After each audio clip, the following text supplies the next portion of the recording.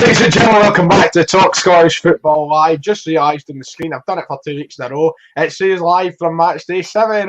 Hey!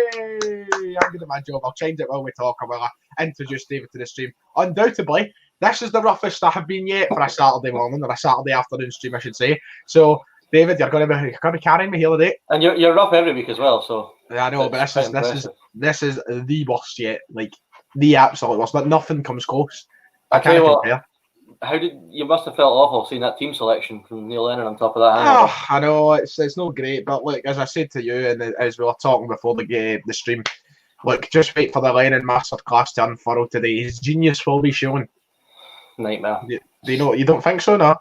No, we'll come on to it. But we've got 4 games this afternoon. We're covering 2 of them. You've got Celtic as expected. I've got Dundee United against St Mirren. Lauren Shanklin's first start in a while, so that should be entertaining. We've also got Kelly. On you go. I need to tweet, actually. I've not tweeted yet to get the people in, more. Let's get as many in today, but continue what you're saying.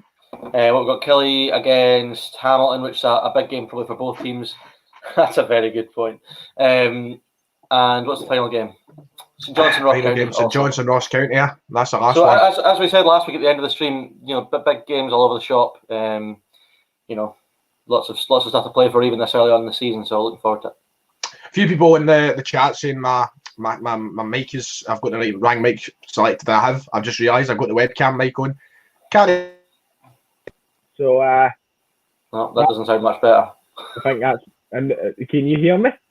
I can hear you, mate, but you're having an absolute shocker. I can't hear you. That's why you don't be hungover. That's what happens when people tell me that. Like, let's see, it says test.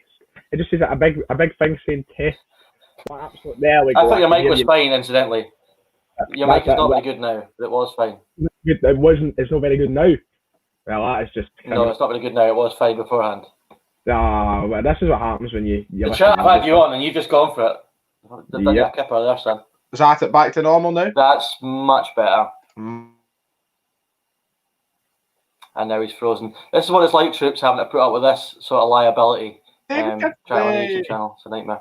Oh, he's back now. There we go. I know. Like, look, listen, see this Ethernet business still not done it. Need to get around Ethernet. What? So last week was Ethernet cables you're blaming. This week is a hangover. Well, I mean, what's it going to be next week?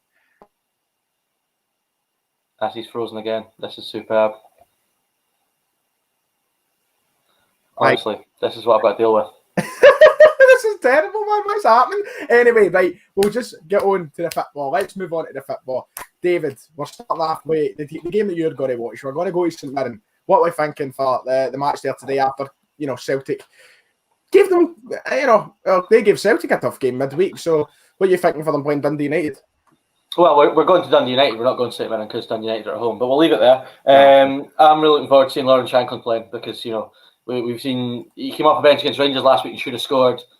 They've missed him. It's pretty obvious. He's yet to get a Premiership goal.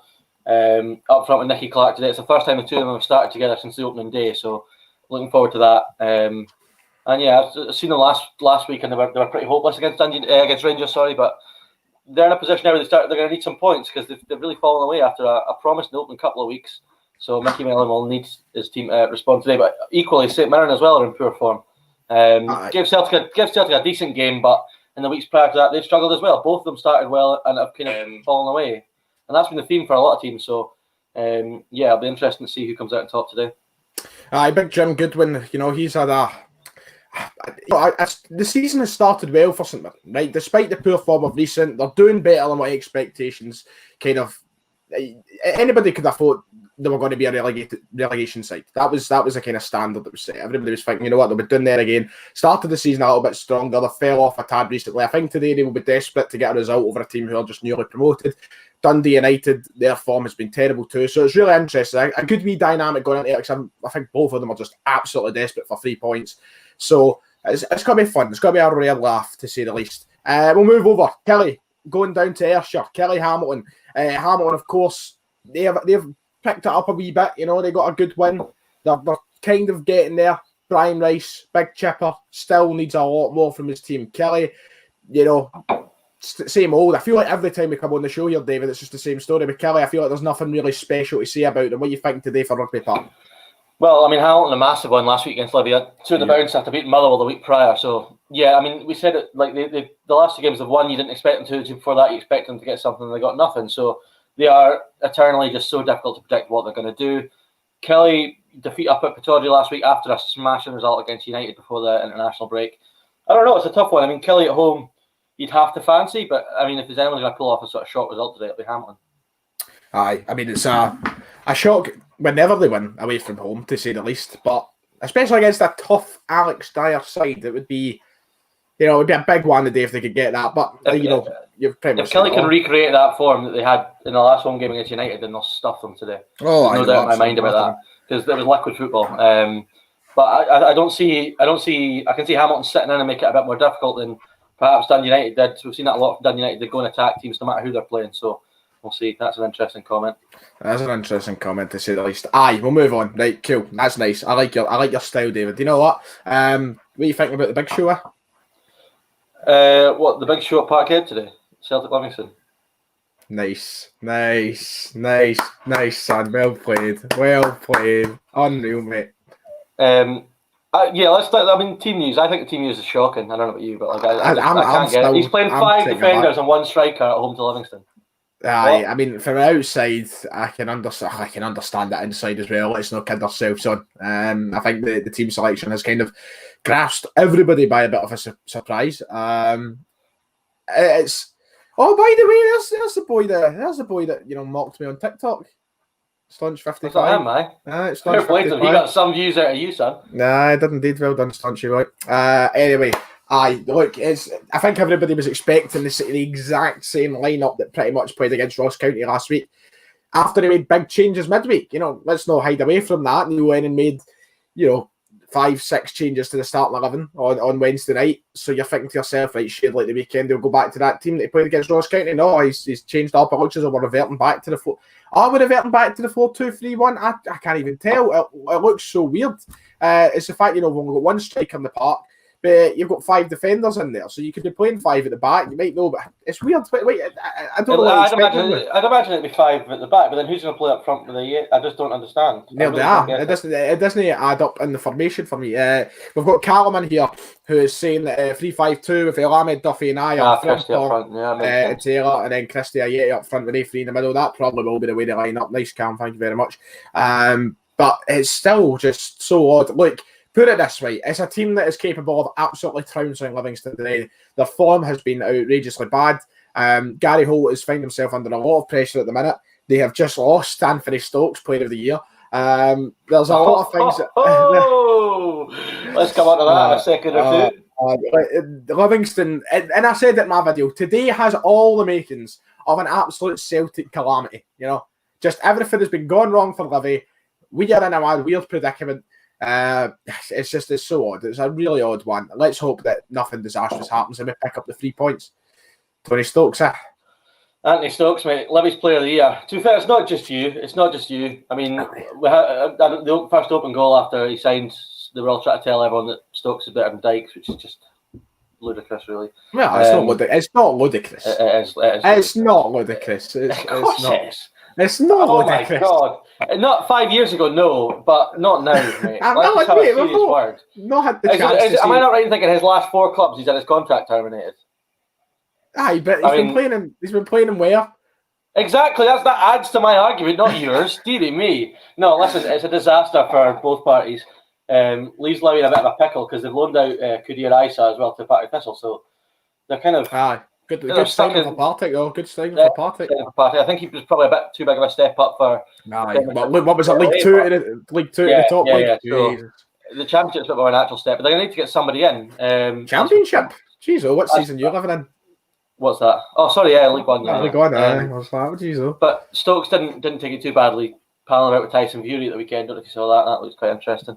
No, that's not. What? It was on Instagram with Tyson Fury at the weekend, just like palling about with him. Tyson Fury, as in Tyson Fury. As in the heavyweight champion of the world. Yeah, honestly, just bizarre. That is bizarre. Yeah, so he's taking it all right, but I can't say it's another than a Celtic win today. It'll be one of those. The team selection's awful. They'll probably play some pretty boring stuff at times, but they'll still win 3 or 4-0. I think. I don't think Livy are going to trouble them at all. But it's kind of Lennon's not really helping himself. He finally goes to. Although in saying that though, see if you're to take away everything we know about Odsonne Edouard and how amazing he is, you look at the last 3-4 games, probably deserves to be dropped. Well, you could say so. Is that controversial? I don't know if that's controversial, but I don't think he's been great. I mean, look, I think that. But then so's Christie and so's Ryan Christie. So then, yeah, the team have just been not great in general, have they? No one's been a real sort of standout as of recent. The standout player at the minute is Shane Duffy. Let's be quite honest, he's the man that Celtic fans are talking about. He's the man that stepped up and scored 2 big goals this week, and he's the man who's bringing the life into the squad. He's great, but going forward, it's. Do you know what? Actually, I'm going to take a minute here. I live rent-free in this person's nut, man. I live absolutely rent-free. I turn on Gogsy streams and this nutter is talking about me constantly. I'm not even on the stream. As you can all see, Sharp Dim isn't with us today. He's in the comments right there. How you get on, mate? How you doing, my man? I'm talking about that account. You're missing the joke. Doesn't matter. Just went like that, mate. Just went like that. Look, I'm worked up. Apparently, it's I'm a 20-year-old. I'm expected not to be working in Tesco. I'm expected to be no. I have to say though, I'm delighted because there's more Rangers fans in the comments than there normally. There is today, man. There is. Well, fair play to them. Shane Duffy's pish wouldn't agree. Gogsy's teeth, but that's a name to say in it. But look, the day is simple as this: Neil Lennon get 3 points, get goals.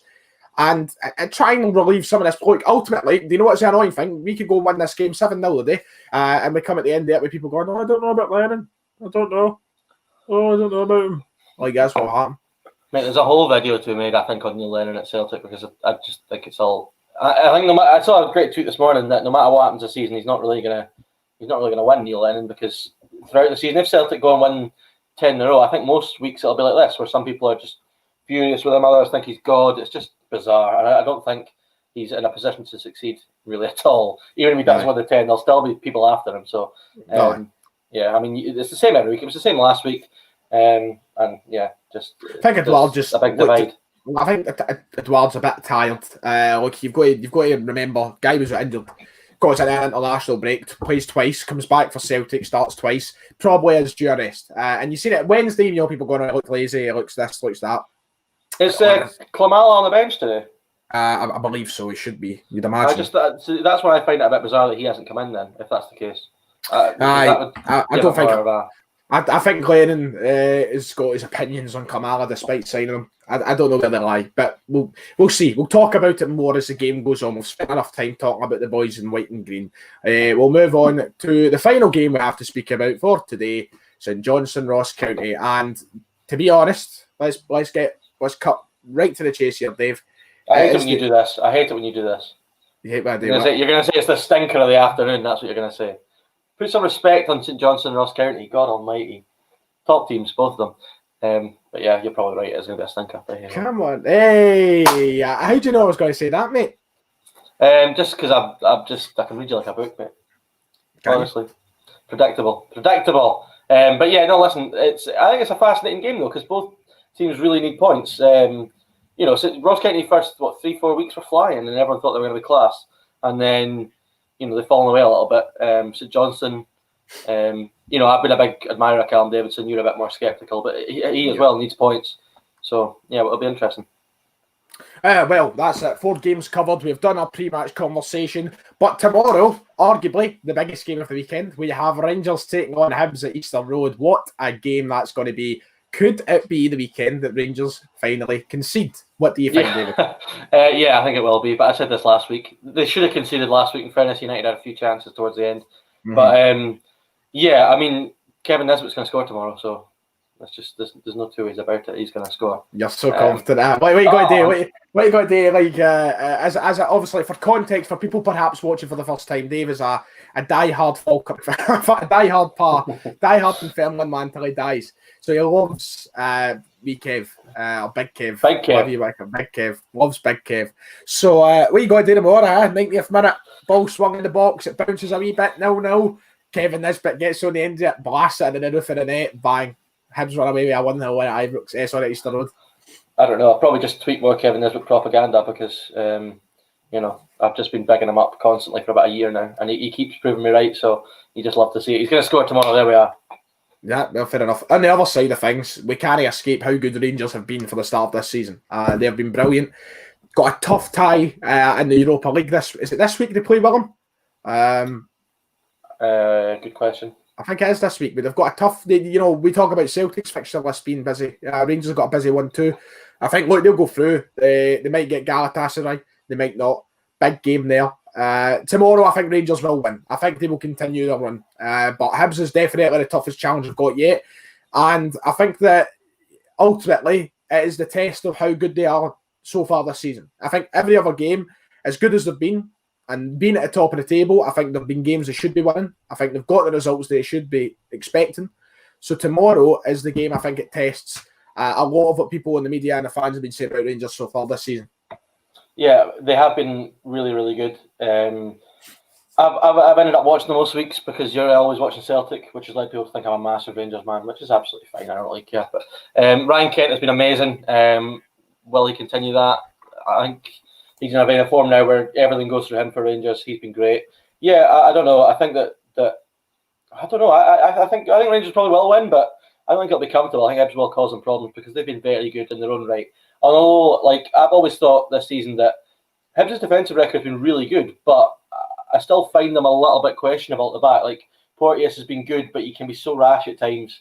So, I don't know. I can see Rangers winning, but I don't think it'll be comfortable. Nah, it will not be comfortable. I think Hibs are going to give him a task. Jack Ross, what a start of the season he's had. And fair play to Hibs. They came into this season, a lot of question marks surrounding their signings. Would they be good enough? Are they going to be consistent enough? And right now, they have been. They've been good. Solid start, really making a name for themselves in that third place. So, that's tomorrow's game. There's one more game that we've still to talk about, and that is Aberdeen and Motherwell. Yeah, Motherwell, two European teams. Two European teams. Review their European performances. Did you watch Motherwell? Yeah, I did. Yeah. I mean, they did everything they could to throw that away, didn't they? But they still managed to get through. Tried the hardest. But Aberdeen, though, I mean, they've been so impressive for weeks now. They've been brilliant, and I'm disappointed that game wasn't at 3 o'clock because I really wanted to watch it. But I just realised I see that. I'm really funny. I meant to bring this up more talk about Rangers in Europe. This is Rangers fans who are in the chat. Don't get offended. It's a bit of light-hearted humour. They're not all going to sit there with their keyboards like, oh my god, shut up. Right, but I find it quite funny. So the Super Scoreboard put up a tweet, right? And it was like, Rangers will play William to blah, blah, blah. And if they progress, they will go through to play Galatasaray or whoever the other team is. And the top reply, which has more likes and more retweets than the tweet itself, was William 2 versus Rangers 2. Oh, brilliant, man. That was a good gig. You don't seem impressed. It took me a while to get it now. That's quite a good gig. You get it, right. Oh, brilliant, man. Brilliant. Get us have a drink of water and I'll keep talking, okay? So, I can hear you. You're dying for a drink of water there. I can hear it. Can you hear it, my voice? Can you hear it? I can indeed, yeah. You're some man. Go get some then. Aberdeen are absolutely flying, as we said. It's a 3 o'clock tomorrow on a Sunday, which is always a bit of a nightmare because they're never on TV. But Motherwell, wow. I mean, they did everything they could to try and throw away that European tie midweek. I mean, what were they, 2-0 up to 2 each, and then penalties. Trevor Carson single-handedly protecting their coefficient. So delighted to get them both through. And we'll probably do a show midweek discussing their chances. But I think there's a lot of talk coming out of Sporting Lisbon that they've got quite a few COVID tests positive. So not sure what sort of Sporting Lisbon team Aberdeen could end up facing. Obviously, I think the form they're in, they'll probably fancy themselves. And what a world it would be if we could get, one of Aberdeen or Motherwell as well as the Old Firm into the groups. That would just be amazing. And these one-legged Europa ties are so difficult because I think they probably suit the away teams in situations like that. If you're, going to a better team away from home, they've got to come out, they've got to get at you and just catch. You can play in the counter quite easily. So yeah, it was very good to see both of them get through. But Motherwell, man, Trevor Carson, thank God for him. What would have happened to Motherwell without him midweek? But yeah, loads of Rangers fans in the comments today. Ryan's going to be a bit, I don't know, he's going to be the enemy of you lot today by the looks of things. What have we got? Old Firm combined 11, man. That's another topic for a video. I'll pull that to Ryan when he gets back, but it's a tough one. I think if you'd have said this time last year, you'd have struggled to get any bar Morelos maybe this time last year. But now it's a completely different sort of kettle of fish, really. You're thinking, I mean, for me, off the top of my head, Kent, Barisic, Morelos I still think he's Rangers' best striker. Tavernier, I think, has been the best right back in the league this year. Although I do rate Frimpong, Tavernier's been fantastic. And then, Ayer and Julian have been quite suspect at times, whereas Rangers' defensive record has been amazing. So, yeah, it's definitely a lot more competitive than what it would have been maybe a year ago. So, yeah, that'd be a good wee topic for a video or just a podcast, indeed. But what are we, 5 minutes? I'll kick off. Any questions for us, fire them in the comments. Galatasaray will beat Rangers, says Glasgow Rebel. I don't know. If I was Rangers, I wouldn't fear Galatasaray at all because, Rangers in Europe, certainly against teams you'd expect to beat them, have been brilliant recently, the past couple of years. So I don't think Rangers will fear Galatasaray at all, if they get there, which is a strange one that all these draws have been done. Is this always the case or is it just a COVID thing? I'm not too sure, but who you're going to play in 2 games' time, but you've still got to get there first. So Rangers have just got to focus on getting there. And once they get there, I don't think they'll be too worried. Gogsy Steve says, full Rangers team with Edward on the bench. Each to their own, I suppose. But yeah, apart from Celtic and Rangers today, I'm looking forward to seeing Dundee United. As I said, Lawrence Shankland back, a man who is going to transform United season. I think they've been poor recently, dying for him to come back, and I think he'll probably score today. I honestly feel like there's an Avicii concert in my head and everybody's invited. The bass line is mad, horrible. That's a little bit of Avicii, mate. Do you know what would go down? Do you know what would go down nice now? What's that? Paracetamol. Have you passed? None in the house, no? Nah, I can't find any. I'll tell you what, first question of the day, David, right? You ready? Right, hit me. First question. What's your favourite tablet? What? what's your favourite pill, if you like? What a question that is. Cocodamol. I don't know, man. I'm not really... I don't dabble. So I couldn't really comment. Okay. What about yourself? I'm a big... Well, do you know what? It's not quite a pill or a tablet, but I'm a big fan of the old Calpol. Nice. You just completely... What's the point in posing a question and then, changing the goalposts when you answer it? What's the point in that? Yeah, I don't know, mate. I don't know. Paracetamol's my favourite, mate. Paracetamol. Fair enough, mate. You That's do a few of them this morning. No, just while you were gone there, we had a wee comment about Celtic Rangers combined 11, which I think would be an interesting thing. I said this time last year you'd have struggled to get anyone but Morelos, but what's up? What? Don't spoil one of my future videos I have organised, please. Oh, have you? So I'm not going to answer it because it might change in a few weeks. Me and Div are going to film it. Look out for it the week of the Old Firm. It will be live. I believe we're doing a video for Div's channel as well. I think it's going to be a good laugh. But do you know what? You're right. Stuart Miller just want to answer this question very quickly. It's not a Celtic channel. My channel's a Celtic channel. If you want to go and subscribe, Mr. McNaught, it's Ryan118. But this is Talk Scottish Football. Anyway, actually, on these live streams, we've covered Rangers more than Celtic. That's right.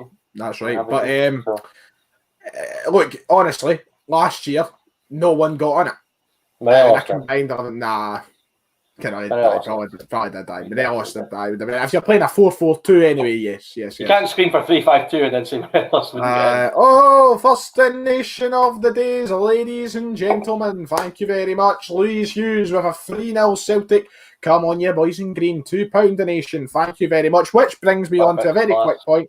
If you do have money to donate, and you can donate, feel free through the super chat option. It is much appreciated, of course. If you don't, we don't expect you to. It's just a bonus. It helps go towards funding the new home of Buick, the new studio, the new equipment, everything else, Yeah, let's just focus on me getting somewhere to live first. That'd be a good start. No, that would be a good start. Anyway, this year, look, as much as I said at the start of the season, I think in terms of quality and the player, they should be. Celtic have all round a better 11, and you're looking at, and I still stick to it. I think Barisic and perhaps the way he's playing can't get into that team, but on form right now,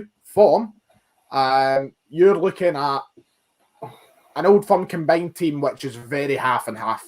Very. The real area is the midfield. I think because I wouldn't be able. I'd have to put McGregor in goal just because I haven't seen enough of Barkas yet. And You'd have to put, sorry. You'd have to put McGregor in, the keeper who's no played at all this season until he played midweek, yeah. But then I've seen a lot more McGregor throughout his career than I have of Barkas. It would be very stupid to put Barkas in for me. So yeah, I could just suppose I'm not doing this video, so I'll hit mine out. Let's just do it on the fly. You better hurry up because kickoff is. I've got 2 minutes, not a problem, mate. Not a problem. I'm looking at the tunnel at Tannadice, so not out yet. McGregor, Tavernier, Goldson, Duffy, Barisic, midfield. Oh, midfield's a struggle, man. It really is a struggle. You'd go McGregor and Cham and Davis, and then 3 up top: Morelos, Edward, and Ryan Kent. Do you want to hear mine? Hit me. Mine goes Barkas, Frimpong, Duffy, Julian, Taylor, Brown, McGregor, Cham, Edward, Forrest. I can't believe, mate, you don't even think Brown should be in your Celtic team just now. What are you on about? I'm taking the mixer. Calm boggles down. My mind. I wasn't really listening. I heard Scott Brown. I just saw red. Teams are coming out at Celtic Park. The starting 11 for Celtic, questionable. Not quite what we expected, but it should get the job done. Livingston are the team we're waiting on to make their way out of the park. Chris Kamara, how's it going over at Tannadice? I don't know, Jeff. St Mirren have just come out of the tunnel. Obika is in the start. Did Obika start midweek? I never watched the game. So Obika, no, he did not. No, he's starting this afternoon though, so that'll be a boost for St Mirren, who started the season so well but have been honking since, as we mentioned. But yeah, I'm looking forward to watching this. Comment of the day goes to David Buick already. Hi guys, Dad is in the house. Nice to see you, sir. Always an honour. David, say something to your old man. All right. Let's just move on and talk about the football. How good was Lamal midweek, by the way? Apparently he was outstanding. Your message summed up for me. I told my dad you had a good gig at that when you messaged me saying Lamal player of the year. St Mirren player of the year. Well, I mean, your player of the year shouts. Tell you, I can't get it. I've said Stokes and Brown so far for 2 respective clubs. Both of them have had absolute honkers. One's been released. Yeah. Absolutely. If Scott Brown got released, that would be a story, but hey ho. So have you got your Sky Sports news on the day for the other games, David? So you can I have indeed. Nice. You love to see it. Yeah, I'm just prepared, unlike you, who didn't even have the right microphone, didn't have. I didn't realise that the wire for the mic had fallen out. Right, today's the day. Do I pronounce it right? Eventually, the man in the middle of the park for Livingston, number 10. You know who I'm talking about? Will I say it right, David? Number 10 in the middle for Livingston. Oh, yeah. Okay, hit me. Is it Sibbald? Sibbald, aye, that'll do. Not Sibbald. Sibbald, aye. I keep calling him Sibbald. Aye, brilliant. Fantastic. To everybody watching the streams, welcome. If you're just joining us for kick-off, they are kicked off now. It is the start of the game. And if you're here for I've got a donation, sir. Hey, Callum, what a hero. £5. I've got a bad alcohol addiction and keep missing the streams. So does he, Callum. We'll watch in the morning. I would absolutely love to be swapping places with Callum right now, it has to be said. Callum, what a hero, my man. Always in the videos, always commenting. Seen your comment my video yesterday. You were talking about how you're missing the videos because you're away in the pub. As you commented, I was in the pub. I respect it, mate. Don't you worry and you enjoy yourself. Thank you for the £5. Make sure you don't get too drunk. Drink responsibly. I actually did have a question for you today, David. I must admit. And I think I forgot it now. I had it all week, sitting there. I was like, what entertaining question can I ask David this week? How can I get the viewers involved? Viewers, if you've got any daft questions, feel free to keep them in. I like to keep this as light-hearted as possible. I did have one. I'll start off with a simple one because this comes up all the time on Twitter and Facebook, and we've never done it in this stream, funnily enough, right? So I'm going to bring it up now. Are you ready? Yeah, hit me. 5-a-side team, your dream 5-a-side. You're in the team though, so you're picking 4 players to play with. Wow. Just all-time football? All-time, mate. All-time. What a question, man. Well, Messi obviously would be in there. Who'd be in the sticks, man? That's a really good question. I thought you would have shoved yourself. Nah, mate, I'm strolling around the midfield there, pinging the passes. Don't worry about it. So you're in. Celtic have a chance right off the bat. Greg Taylor, surprise, cross, not making it to his man. Very poor delivery. So I've got Stevie G, obviously. Lionel Messi. Oh, centre halves, man, it's a struggle. I don't know, man. I'd probably, I'd like James McFadden in there, just because, I love a bit of James McFadden. James McFadden, didn't think you were a godsend. And then, I don't know. love to play with Van Dijk, wouldn't you? Van Dijk would have to be in there. And then my goalie, who'd my goalie be? But no. Sorry, Aidan, for a goalie. Your question. Sorry, Aidan. Struggling What's for a goalie? Yeah. No, that's not Aidan's question. I thought you'd have took big Craig Gordon. About you going about him? Yeah, I love Gordon, but nah, I don't know if he'd be on all the time. Vaughan Williams. Yeah, big Owen Vaughan Williams can play. Why not? Is that your big gotta get a players connection there somewhere. For me, I would definitely. I'd be playing it. I'd be the kind of lazy one at wide. That's what I'd be doing. Wide. Nice. That's what I usually do. We go to five, usually start in the wing and hope for the best. I'd be at wide. In between the sticks, I would have Oliver Kahn. So I think he could kill him. He'd be bollocking at you for not tracking back. I'd have Oliver Kahn. I will track back if I need to. Oliver Kahn in the back. Centre half, or the defensive player. I'm having a wee bit of. Oh, who am I having? I'm having a bit of Bobo Baldi. He could kill a man. Oh my god. Don't be very good at the fives though. You need some close control for that carry on. Nah, big Bobo. Trust me. Hello, Zach. Nice to see you, sir. I don't like questions like this. You hit me with this last week with the coaching team. I need to think about these things. You picked a good team. Nonsense, though. I'm doing. In the middle of the park, I'd have Paul Scholes because it's Paul Scholes, and up front, I'd have Big Wazza. That'd be my team. Deary me. Oh, dearie me. I mean, Messi's just going to beat you on his own. We don't need to play. We'll sit and watch him. All right, mate. Cool. See when Bobo Baldi snaps his legs. We'll have see if you had to pick it if you change the question so it was the best five-a-side team, so you took your personal preference out of it, you would literally just pick that sort of early days Guardiola Barcelona team. So you put Messi, Xavi, Iniesta, maybe Henry, and someone at the back. Puyol or Piqué at the back, and they would just stroll. You're not taking Piqué, are you? Piqué, man, I don't know. In terms of a five-a-side aspect, I think it'd be decent. Nonsense. But if you do want to fire in questions, feel free. 4 minutes here at Celtic Park. No chances have been created yet. Ball has just been bobbing around. How's it going over at Tarrant? My first takeaway is that St. Mirren home top is just lovely. I know I've seen that a few times, nice. But it is really, really nice. Big Andy Barrowman behind that. Yes, indeed, friend of the show. Yep. But yeah, St. Mirren on the ball early doors. Started brightly, but not many chances yet. Aidan Drown's got a great question, apparently. Well, hit us with it, mate. I love how you've warned me not to bring out the guitars yet. The guitar anymore. Yeah, it's not happening. I am disgusted. Ryan and I. Celtic bombing forward here. Greg Taylor with a ball in. A Yeti tries to get on the end of it.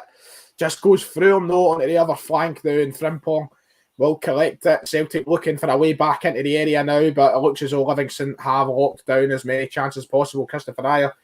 Thought he was going to have a pop for Ranger, David. I thought that was it, son. Is Ayer and Julian both playing? Yes. No. Aye. No. Julian stopped again. Aye. Is Julian on the bench or is he injured? I think. Or has Lennon finally learned what I've been saying for ages? Well, he got dropped. He was on the bench on Wednesday night, so I imagine he's on the bench tonight. Wow. Apparently, there's a goal in England. Leeds have scored. Leeds have scored. Good job. Nobody cares. I've told you about the day could be the day I eat a quick Tesco. Oh, aye. That's it. So I've got a coupon on, right? £6 grand. £6 grand. Is that the steak? So do I hear it, mate? Why not? I haven't actually got it on today. So here we go. Newcastle to beat Brighton. Right, what do you think? Think that'll happen? Yeah, why not? Right. Tottenham to beat Southampton. Yeah, I fancy that. Aston Villa to beat Sheffield United. Oosh, that's a big shout. That's a big shout. Man United to beat Crystal Palace. What's going to kill you in this coupon is there's no draws, and there will be a draw. That's we keep them. I've still got games. Leeds to beat Fulham, which is already 1-0. Fantastic. Good start. Big chance for Livy. Oh, fantastic tackle from, I believe, it could have been Callum McGregor there, who slid in, and Livy, with the first kind of dangerous opportunity of the game, just not getting it to the goal, blocked by McGregor, but a lot of space and time he had there. Finally, the last couple, here's where the big shouts come in. So I said Leeds to beat Fulham, right? Burnley to beat Leicester, right? And finally, that you're not going to like this, Chelsea to beat Liverpool. Chelsea beat Liverpool. Chelsea are not going to beat Liverpool tomorrow, mate. No, I think so. No, Thiago Alcantara, mate. That's all that matters. But we're not talking about England. I'm disgusted that you brought it up now twice. Well, so. I just wanted to tell you my couldn't, mate. That was all. Jesus. What minute are you in your stream? Because I feel like this Dundee United stream is a wee bit behind, and it's really upsetting. I am 7 minutes on the button now. I'm 6 minutes on the button now. I'm at least a minute behind. Yeah, a minute behind. I'm hoping we just kicked off late. St Mirren, though, I've had the better of it so far. A lot of the ball, Bika with a wee ball out of Tate here.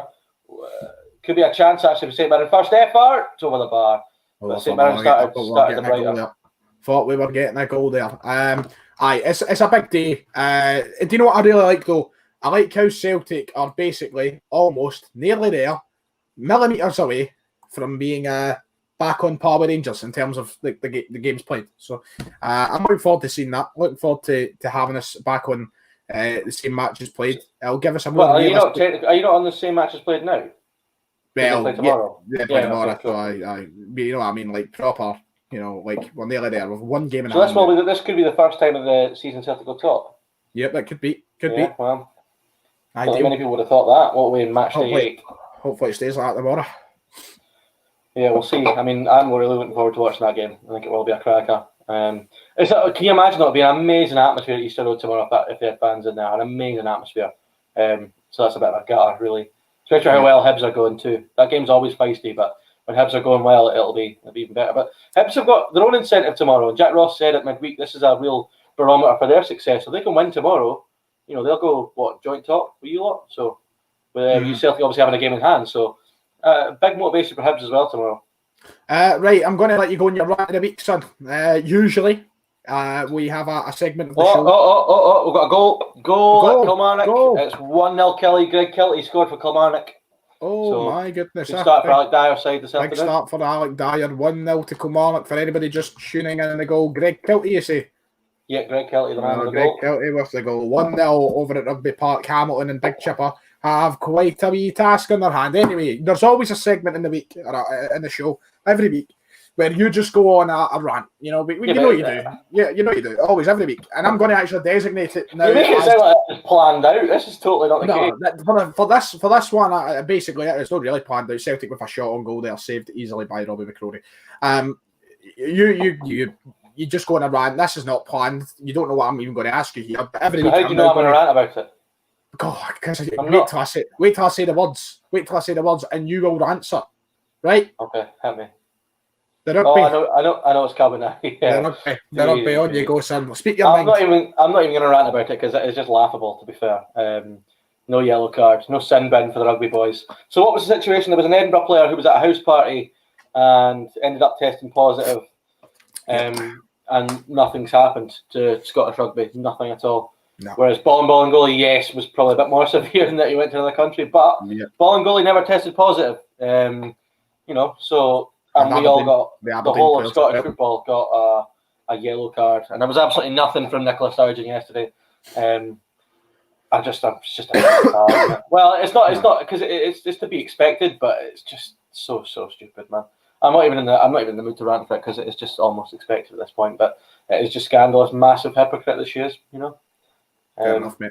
I've ranted about her on this channel before. Oh, we are at our highest point of viewers ever, ladies and gentlemen. 242 people watching live. Hello, welcome. That is a lot. If you're new to the channel, please hit like below the corner. The ball is out at the corner for a goal kick to Livingston. 10 minutes into the game here, and I'll tell you what, I'm considering buying myself a Virtual Paradise windfall ticket because it's the only excitement I'm going to get out of this game. 10 minutes in. Absolutely tragic here at Parkhead. Don't know what's happened. The biggest chance of the game so far is for Livy. Livy's had it, and it's not even a chance. You know, it's a half chance. It was ball comes to. I think it might have been Sybil. In fact, comes to him. A lot of space, a lot of time. He gets the shot off, but he takes too much time to get it off, giving McGregor the right amount of time to slide in and stop it. It's the only really time that I've looked at the ball being at someone and going, oh Christ, here's a chance here. Celtic haven't created anything. Livingston, nothing either apart from that chance. It has been quite garbage so far, but we're only 11 minutes in. Let's just calm down and let's hope. I think we were spoiled last week with the absolute goal rush we had around the country. Oh, aye, that was like a one-time thing. We're never getting that again. Never getting that again. And that was the one. That was typical. The one weekend Sky didn't take a game. Is that Scottish football went mad for goals? So yeah, I could do with a chance. I could do with a chance here at the Dundee United game. There's been nothing so far really. Although St Mirren's pretty slack in possession. It seems both of us have been picked the wrong games. I mean, granted, I'm always going to have the Celtic game. As a Celtic fan and as a man who's paying for a virtual season ticket, I'm not going to sacrifice it. But thoughts on Edouard being dropped, Matthew McAlpine, we touched on that. I'll go through it again very quickly. I think he was due getting dropped, not because of form. I think he will be tired. I think he needs a bit of a rest, reduced game time. We'll probably see him coming on later in the game. People are forgetting. He played 2 games international duty. He played 2 games since coming back for international duty. And before the international duty, he was injured. So probably is due a bit of a rest. Celtic have a free kick in a tasty position, though. And Ryan Christie and Olivier Cham are standing over the ball. Cham, he hits it. It's gone into probably my section up 4-1-2. Christie hits it. We have a chance. Christie looks to be the one that is going to hit it, though. And Cham stumbles. Christie's going to smack it. Oh, it's just over the bar. Christie with the first chance of the game for Celtic free kick. It still is 0-0 Celtic. Levy. Yeah, nothing. Absolutely nothing happening here. Dundee United. I'm a bit. I've watched both these teams quite a bit this season, and they've been decent games, but nothing so far. Lackey. So I'm assuming this is his last game. Then I think Jack Anick will be back for the next game. Surely will be. I do feel. What did you make of that whole thing? Because what St Mirren, these players didn't, but apparently, haven't done anything wrong, and they've kind of suffered. I think it's going to be the way that it goes throughout the season. But was it right that their games didn't get postponed, where Celtic and Aberdeen did, despite the fact they brought it on themselves? I think Jim Goodwin made a very good point, and the game should have been called off. He said they would have been the laughing stock of world football if they had to play an outfield keeper in goals, which looked to be a realistic scenario at the time. And fair enough, he spoke his mind. He was right. And do you know what? It's weird that the games have went on considering they ever won. I really don't know. I'm glad they've went on, and I think it's worked fine in terms of got a goalkeeper in. Not ideal from an outside perspective. It's been great, but I don't know. I should have been called off. They probably should have. The issue you're going to have I think this is going to happen a lot now this season, where you're going to get the odd positive test in a team. If you keep postponing games, you're never going to finish the season. It's only going to get worse. And there's an interesting topic that I want to bring up when we'll do a show this week about the Betfred Cup, because I think the Betfred Cup is a disaster. Big chance Celtic. Greg Taylor standing on goal. Sabin McCrory spilled a Yeti. Takes it out. It's Christie. Sorry. Oh, it's blocked off the line. And McCrory gavels it up. They're claiming for handballs here in the Celtic box. I'm waiting to see the replays to see if there is a potential penalty here for Celtic. But my goodness, God Almighty, Christie takes far too long. Greg Taylor, big chance. He shoots. Blocked by, it's saved, by McCrory, spilled. Christie then takes it round Effie Ambrose, has a shot on goal, blocked fantastically by the Livy defender, and then it's gobbled up by McCrory. But there is so many cries for a handball. The highlight does not clear it up for me.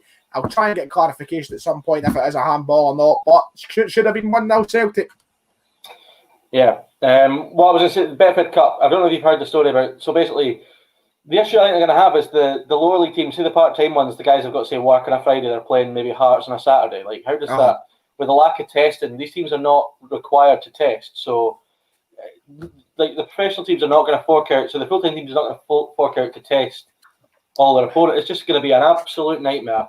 And with the more that the COVID tests arrive in the country, it's going to affect handball shout for Livy, by the way. And see, to be honest, they've been absolutely robbed there. I think they might have given it. Is it a penalty? It's a penalty, Livy. They've gave it. Oh, it's a big chance for Livingston to take the lead here. Oh, my goodness, God Almighty. Not exactly what you want to see. And not a great start to the game for Celtic if this goes in the back of the net. Absolutely heartbreaking, mate. Christopher Ayer comes sliding in. Sadly hits off his hand. Penalty, Livy. 1-0. 1-0 Livingston. Back in the net. Who scored? Don't even know, mate. Don't even know. No, got a scub, mate. No, got an absolute scub. I think Jason Holt. Jason Holt. Jason Holt. Jason Holt was going to score. 1-0 Livy. Did you not say that? That's mad. No, mate. Fair play to him for that call. Was it any questions on a penalty? Was it debatable at all? Stonewall. So this is where Celtic are in a bit of a pickle now, because they've not started well. They've got Edouard on the bench. Don't even want to go on Twitter, mate. Don't even want to go on Twitter. Less than 20 minutes in and your day's been ruined already. Well, we'll pull it back, but There's been another goal as well. Hamilton are level at Rugby Park. It's Hakeem Odoffin. Oh, is it 1-0 over there? Oh my He's been a great player for Hamilton so far this season. Pretty sure he scored the winner against Motherwell, and he scored again today. So that's not ideal. I seen Zach saying in the chat earlier when am I getting the room done up? Hopefully fucking soon. I keep saying to my man, I'll do it this week.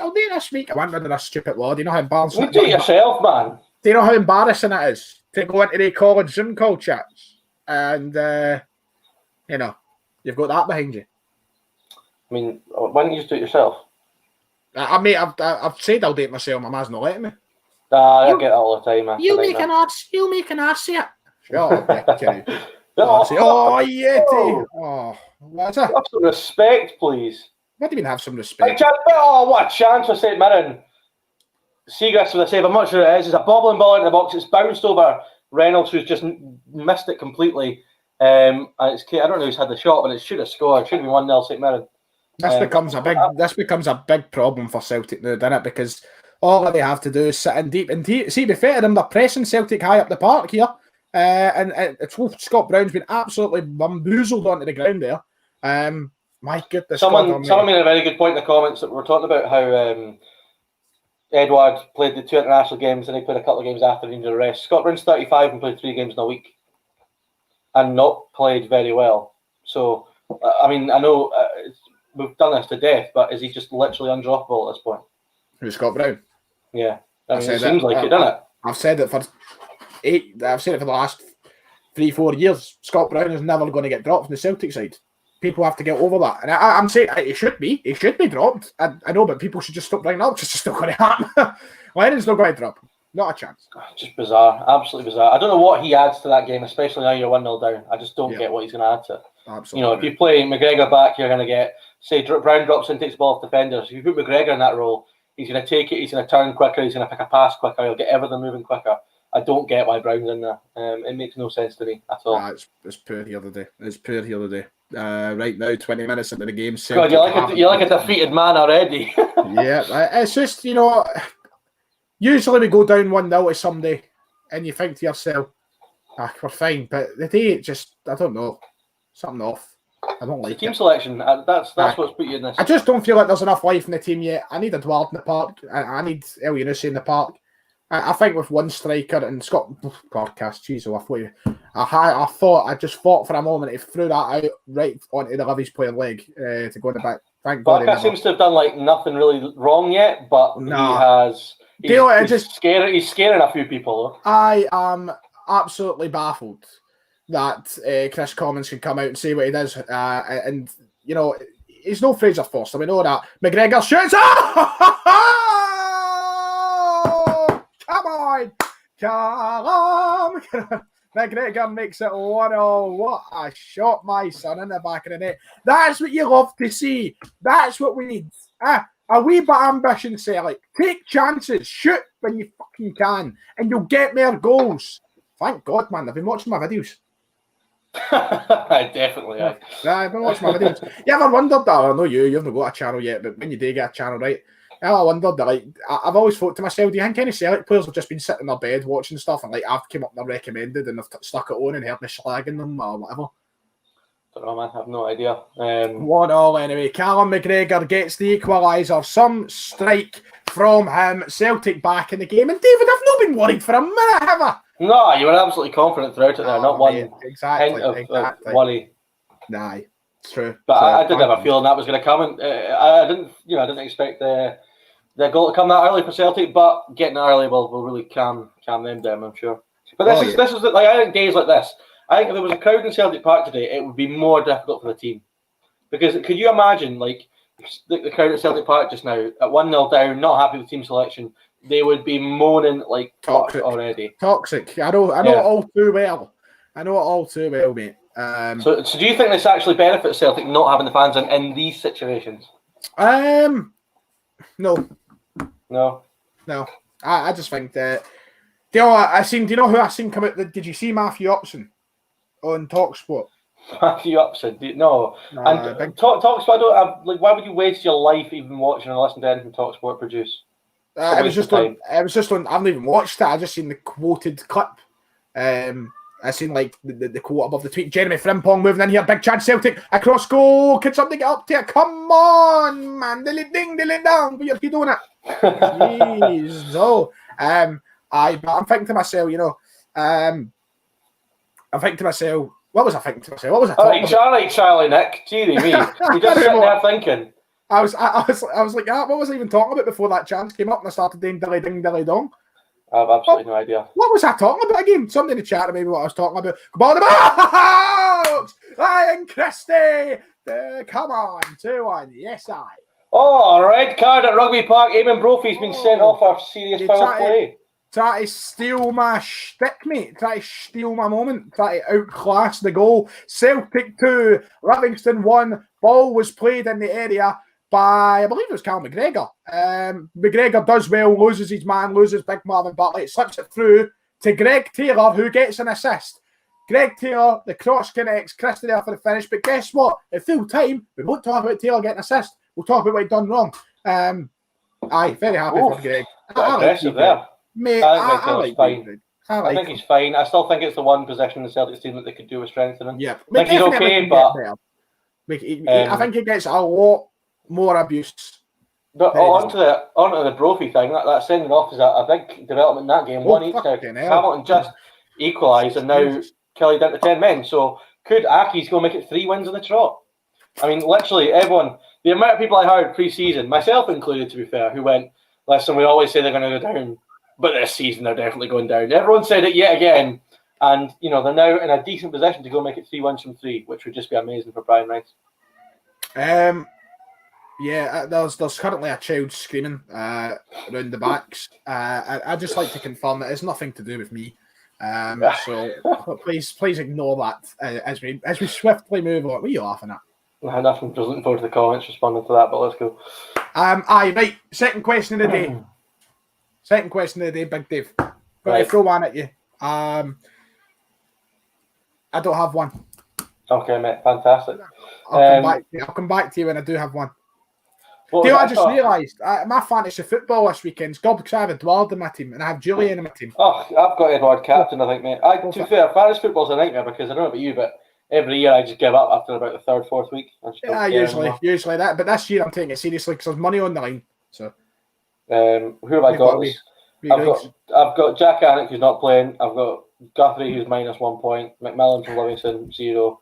Edward 0. So I've got Edward and Turnbull who are both not playing. Do you know what I can't wait to do when we find? See when we expand Talk Scottish Football, right? Because it's going to happen. Ultimately, the aim for Talk Scottish Football is to become Scotland's leading #1 football outlet. I think there's going to be. Even DDB. It's very confident. So I know your aims now, but you make half, mate. My ambition. My aim is just to get through this stream first and foremost, and then we'll see where we go. But my aim is for one day to have a channel and we buy the rights to put Scottish football on. That's my dream. It'll be called TSF Sports News. That'll be the channel. But anyway, don't say dear me. I'm ambition, mate. Anyway, we've got to mention there's a tomato slice for Eamon Brophy. Tomato slice, gammon slice. Yeah, gammon slice, whatever. Big gammon slice. But no cheese slices yet, no. Nah, none here. Just incidentally, watching Soccer Saturday, Jeff Stelling just looks like a shadow of a man, doesn't he? Just doesn't enjoy himself. Good to see Bianca Westwood still there. She's a true faithful Soccer Saturday reporter, but the rest of them, nightmare. Get Tim Sherwood miles away from it. Tim Sherwood is rotten. Anyway, 2 things to bring up very quickly. So once again, you cut me off and I forgot what I was talking about, which is great. Ideal. What was I talking about? Oh dear. That was it. When we expand Talk Scottish Football. And when there's more, and over the next year, hopefully, if we have more people on stream, so we'll have Div, we'll have other people, hopefully. Just Div. As we have more people on doing this, and even if we get actual people to work with us and do videos and stuff like that, I want to start a series doing Last Man Standing. I can't wait for it. And whoever wins or loses or whatever gets a prize or those forfeits. I can't wait, mate. Can't wait. It's my dream. There be Last Man Standing. There'll be forfeits and stuff. Do you know what Last Man Standing is? Yeah, you pick a team every week until Yeah, we definitely need to do it. Right now, I've got United this week down south. So all right, okay. Who have they got this weekend? Crystal Palace at home. Ooh, well, last week I took Leicester. Like everybody took. Who did we take? Chelsea, maybe. Think everybody took Chelsea and I took Leicester, and everybody's like, "Oh, Ryan, you're going it the first week, no chance, no chance." Absolutely trounced West Brom 3-0. I was like, "What you talking about?" West Brom's not had a great start, didn't they? Have a bit of a nightmare. Did you see? I don't want to talk about English football because it's just tragic, isn't it? But Slaven Bilic, did you see Slaven Bilic going absolutely off? No, I've heard, but I don't see it now. But it was a bit bizarre because he was going a bit mad, but he didn't swear at the ref. He didn't put his hands on him or nothing. It was a bit of a soft red card for Bilic. But Neil Warnock. But it's typical Mike Dean, just loving being the centre of attention, isn't it? Aye, true. Do you want to take a moment to? I mean, Neil Warnock with the COVID positive test. Do you want to take a moment just to? I know, mate. I'm so sad. A hero of yours. A hero, a true man of the game, a legend of the game. Right, interesting. Go ahead to bring up before I forget. We need Scott Brown to get booked today. Why? So he's suspended. He's on 4 yellow cards. don't want him missing for that old firm, do we? I couldn't care less, mate. No, right enough. You don't really need to care toss, I suppose. Here's a question for you. We've not even touched on it yet, surprisingly. What's it like to have the Pars back, my man? Well, I'm not really watching them, so I don't really know. We're playing Steny today. Steny's being a friendly. It's 1 each at the moment. Fraser Murray is a trialist today, the young lad from Hibs. He's playing alongside Stephen Whittaker in midfield, and he's got an absolute screamer. All watching, man. Do something with it, Bruni. Jesus. Anyway. So it's 1 each at the moment. But we're missing loads of first-team players, so I'm a bit confused. There's loads of them not playing, but it's the first game. We didn't know it was happening until this morning, so it's been a bit of a nightmare because there's been no training photos. There's been nothing. We're training at Alloa Stadium. They've got a plastic pitch, so we're sharing facilities with them. So I think they're restricting media people from going in. So it's been a bit quiet, but yeah, it's getting very close. I mean, we are the 6th of October is the first Betfred Cup game, so that's going to fly in. Only 3 weeks away. Yep. Can't wait, mate. Absolutely can't wait. It's weird how the time has flew. 150 people on the stream are just about half an hour into the games. We've got 2-1 Celtic against Livingston after Livingston took an early lead through penalty. Well, not early, but they took the lead anyway. 1-0. They went up and 2-1 Celtic. Now we have got 1-0 over at Kelly and Hamilton. After a red card as well for Kelly, they're down to 10 men. Eamon Brophy sent off the park. We've got no goals for you, David, sadly. 0-0. Nothing, mate. Not even a chance, really. One half chance. And we've got a 0-0 at St Johnstone as well, as they are drawn with Ross County. So no bad. Half an hour into the game. David, we've talked enough about me and Celtic. I've been giving reactions to the goals as they fly into the back of the net. How's it actually going over at St Mirren? Very boring. At Tannadice. You're convinced this game's in pain? I'm not. It's just it sounds nice saying at St Mirren. I like it. I don't like saying it at Dundee. I think it was Lee Irwin that had that big chance. He obviously scored against Celtic. Interesting signing, Lee Irwin. I'm surprised Ross County let him go. I didn't really understand that because at the start of the season, I do understand it. But I mean, at the start of the season, he was starting for Ross County. They were the first couple of weeks when they were playing really well. He was up top with striker, right? How many goals did he score last year? Well, I mean, he's playing for Ross County, so probably not that many. One. He scored 1 goal last year, did he? 1 goal. Wow. I understand perfectly why he was let go. 1 goal. It's just a bit bizarre. You'd start somebody quite a lot at the start of the season and just get rid of him to a rival, which is a bit. A chance for St Mirren there. Actually, the first real big chance. Who was it that had it? It was Erwin himself who's had it. Dropped him. It was a header back across goal from a beaker. Dropped to Erwin, who sliced it wide with on the volley with the right foot. Not a natural goal scorer's finish, it has to be said. Aidan Brennan saying, Ryan, for 25,000 subs, wishful thinking, do an FM fantasy draft with subs. Very good idea, there. That would be a decent. It would be it's a shame. Setup, it's a shame they've absolutely broke FM. By the way, have you heard about this? No, I have not. Gubbed, absolutely gubbed. So they've signed a deal with Epic Games, and basically they've changed the multiplayer thing, and nobody can get in network games. It's broke. So they've fixed that. I think they sent out a bug fix this morning. All week we've been trying to get one of our Premier League save, just wasn't happening. And all week, the last couple of days, just wasn't happening. When is FM 21 out? November. That'll be some nice, easy content for us. Yeah, but are we going to go with I'm not going to review yet, but we're going to go with a series. You said. What was that I said? You know what you said. Yes. Yeah. Yeah. I mean, I'd be a bit of a disadvantage from the start, just for a number of reasons. But yeah, it could be interesting. Disadvantage. Yeah, I mean, you're an FM pro, as it were. I'm not so much of a pro. My pals, I've been playing it 8 years, and I'm fucking third in the Premier League. With Chelsea after spending £240 million. Yeah, Jesus. Well, I've got a question for you today. I meant to bring up to you. First in the Scottish Premiership sack race, which manager's going first? Oh, that's a good question. Very good question. I like that. That's a good question. Thanks, I wasn't compliment you. I don't think there's. Because I've been thinking about this. I don't think there's a standout. I know. It's weird. No, this time of year you've got a really good idea, because even the teams that are struggling. I mean, Stephen Robinson. Do you know who's going to win it? Do you know who's going to win it by the sounds of things? Fucking Neil Lennon. He'll win the fucking sack race. Geez, so Stephen Robinson, I suppose, is up there. I don't think he will. I don't think Motherwell could. Right, just theoretically, before you give us the answer on that, if Celtic are more than 6 points behind Rangers and have lost the Old Firm before the turn of the year, do you think it goes? Yes.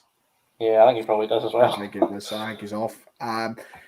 First in the sack race this year, Gary Holt, there's a shout. Gary Holt's a good shout.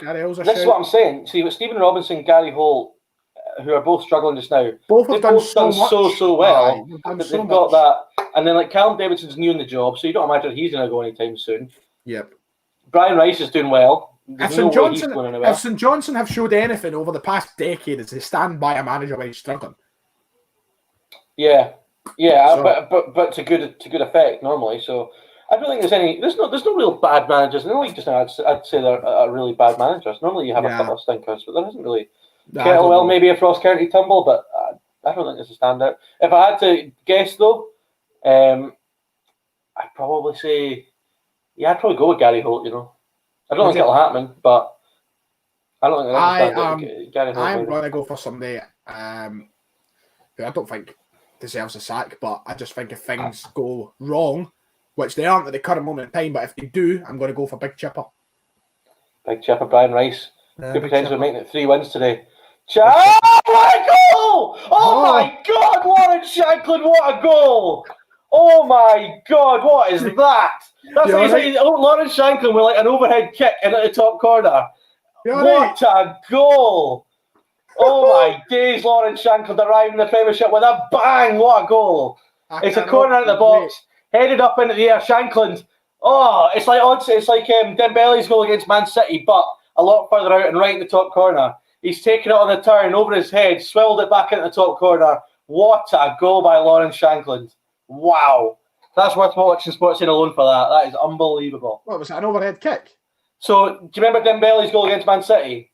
You meant when that's what I'm talking about. So, when he kind of like does it over his head and swivels, it's a bit like that. It's right in the top corner from, closer to the edge of the box. What a goal. That is unbelievable from Lawrence Shanklon. I cannot wait to go back and clip that reaction, sir.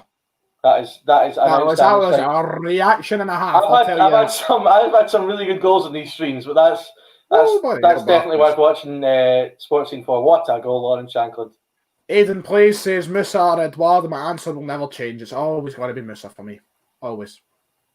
I'm shocked with that goal. What a goal, man! I can tell you've been taken aback, and it is, of course, if you haven't told by the reaction, 1-0 Dundee United against. It is 1-0 Dundee United. Wow, I mean, we said it wasn't a big shout, but did say pre-match this would be the day Lawrence Shanklin would get his goal. He's got it and got it in style, and he really could be the difference for United having a really good season. So, what a goal! Yeah, they've missed him. I think Nicky Clark's been good. At times he's probably their best player.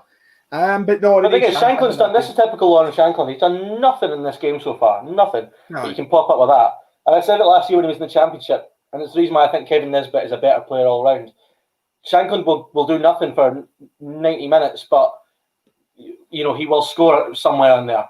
And he's got that instinct. What a goal! There's no one else on the pitch that scores that goal. Fantastic. St Mirren have got a free kick here, at 25, 30 yards out. Chance to get level, but Jim Goodwin's side, maybe what about Jim Goodwin, man? I mean, they've started really well, but past couple of weeks petered off. He's another one. He'll pick up back. You'd have thought so, but I think you can make that argument for all these managers. No, fair enough. Free kick straight off the wall and clear. You brought the championship.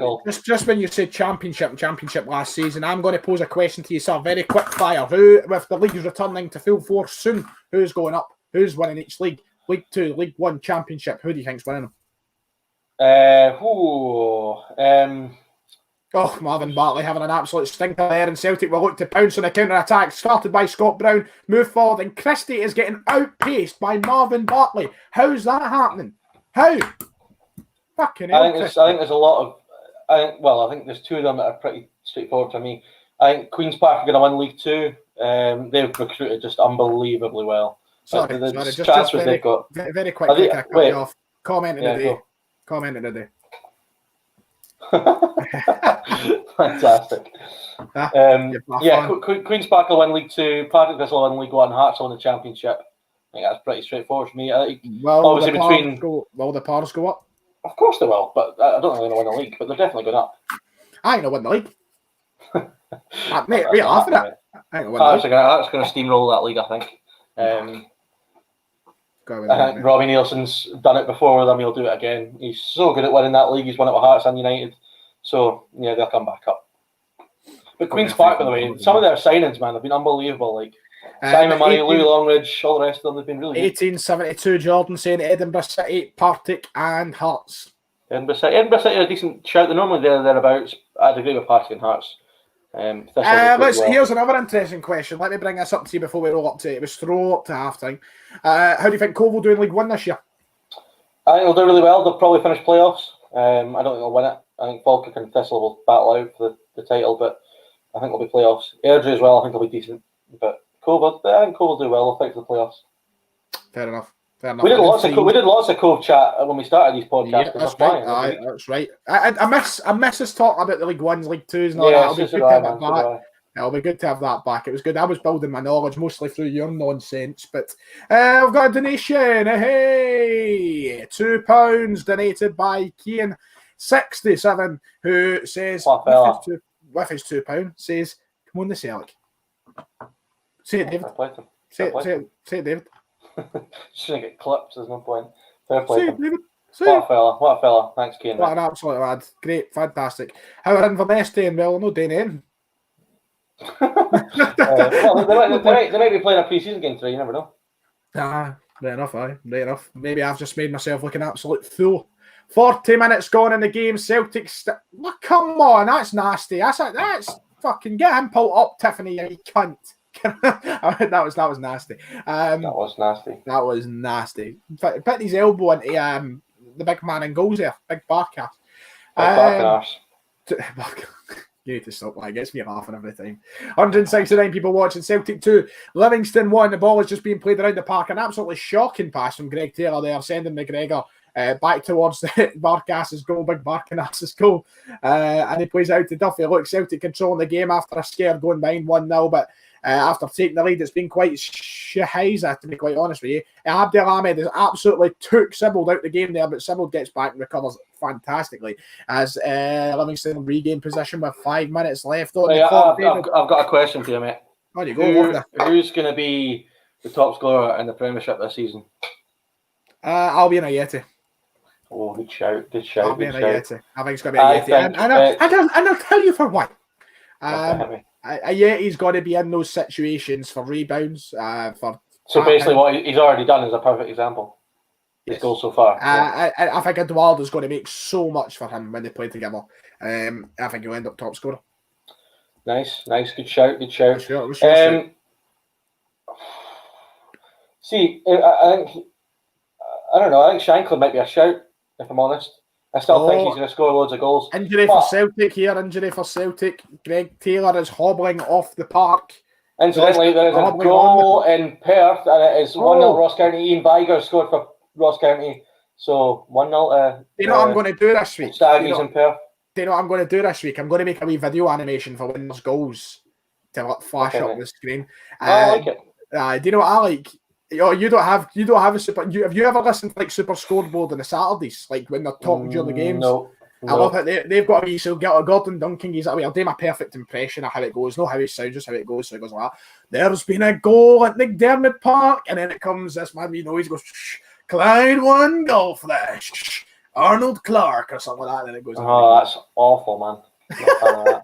Aye, but a few Celtic fans in the chat celebrating the fact that Greg Taylor's injured, which is a bit bizarre, but hey ho. Who was it scored up in Kilmarnock Park? It was Ian Vigurs for Ross County. So Ian Vigurs for Ross County, big goal for them, looking to rekindle the form that they had at the start of this season. Greg Taylor is back on the park, just to clarify, but come on, celebrate them getting injured. Come on. Bizarre. Too many people. Ryan Christie had a big chance there, but Robin McCrory comes out and gobbles up the ball. I need to stop saying gobbles. That's the second time you've said it. I know, mate. I'm horny. I'm not even going to hide it, mate. I'm not going to hide it. I'm not going to hide it. Did you see my message in the Shams chat earlier? Yeah. We'll leave it there. Buzzing, mate. Buzzing. Right, so your top goal scorership was Albion Ayeti. I think Shanklin maybe, but I tell you what, Shanklin? I think maybe Shanklin is going to end up top let me quantify what I was going to say. I think Shanklin maybe would have been the shout, but I think if he'd have played all the games so far this season, he'd probably be on 4 or 5 already. So I don't know. I mean, we'll see. I mean, I think Morelos is going to stay. I think he'll be up there because I think he's still Rangers' best striker and he looks in good shape now. So, but yeah, Ayeti's a really good shout. I'd really like your logic for that because we've seen it already that he seems to just be clinical inside the 6-yard box and Celtic will get lots of chances like that. So yeah, good shout. But obviously I'm going to go Kevin Nisbet. Tell you what, I wouldn't want to play Greg Taylor at knots and crosses anyway. Fuck me. Why? His crosses are fucking rotten. Can he get a cross in the box? I think that's what you'd want him to play. No, I don't know what I'm talking about. He's fucking. It's so weird though because he got an assist today, sent in the cross, got the goal from a Greg Taylor cross. I'm not going to. Did he not get quite a few assists in the He's not like he got early European games? Yeah, he did. Yeah. And the Hamilton opening day, he got a few assists. I got like 2 or 3 assists in that game alone. He does get them, but it's just over the course of he pings 100 crosses a game. That's madness. You don't know when he pings 100 crosses a game, but if he did. He's connecting maybe 8 or 9 of them. I like Taylor. I like him. I mean, I think we can do better. I think we need to improve it, but I like him. I don't think that he deserves the abuse he gets.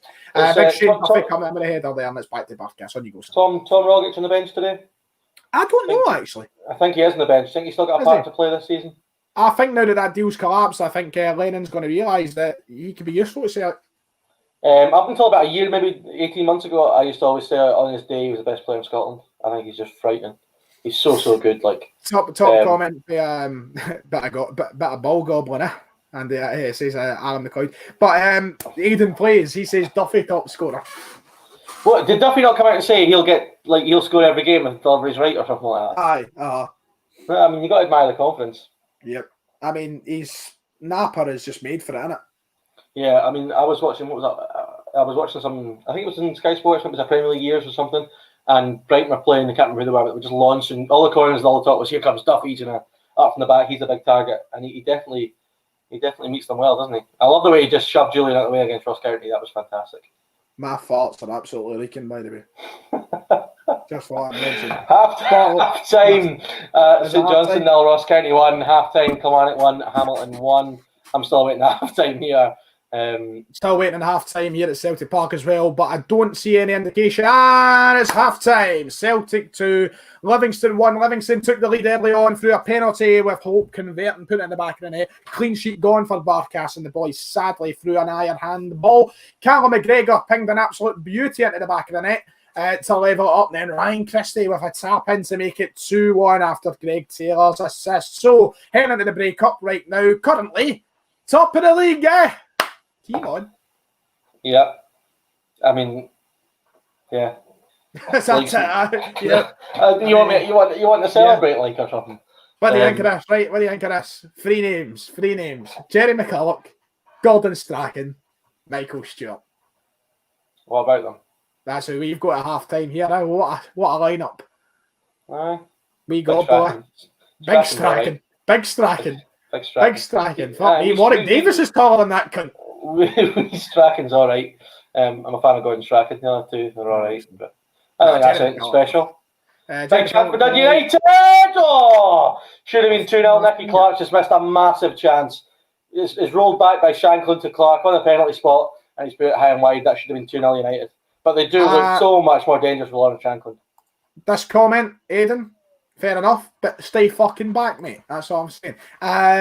Anyway, half time. Is it wrapped up yet over at Tannadice, or are you still waiting? Slamal's got a goal kick. Should be half time now.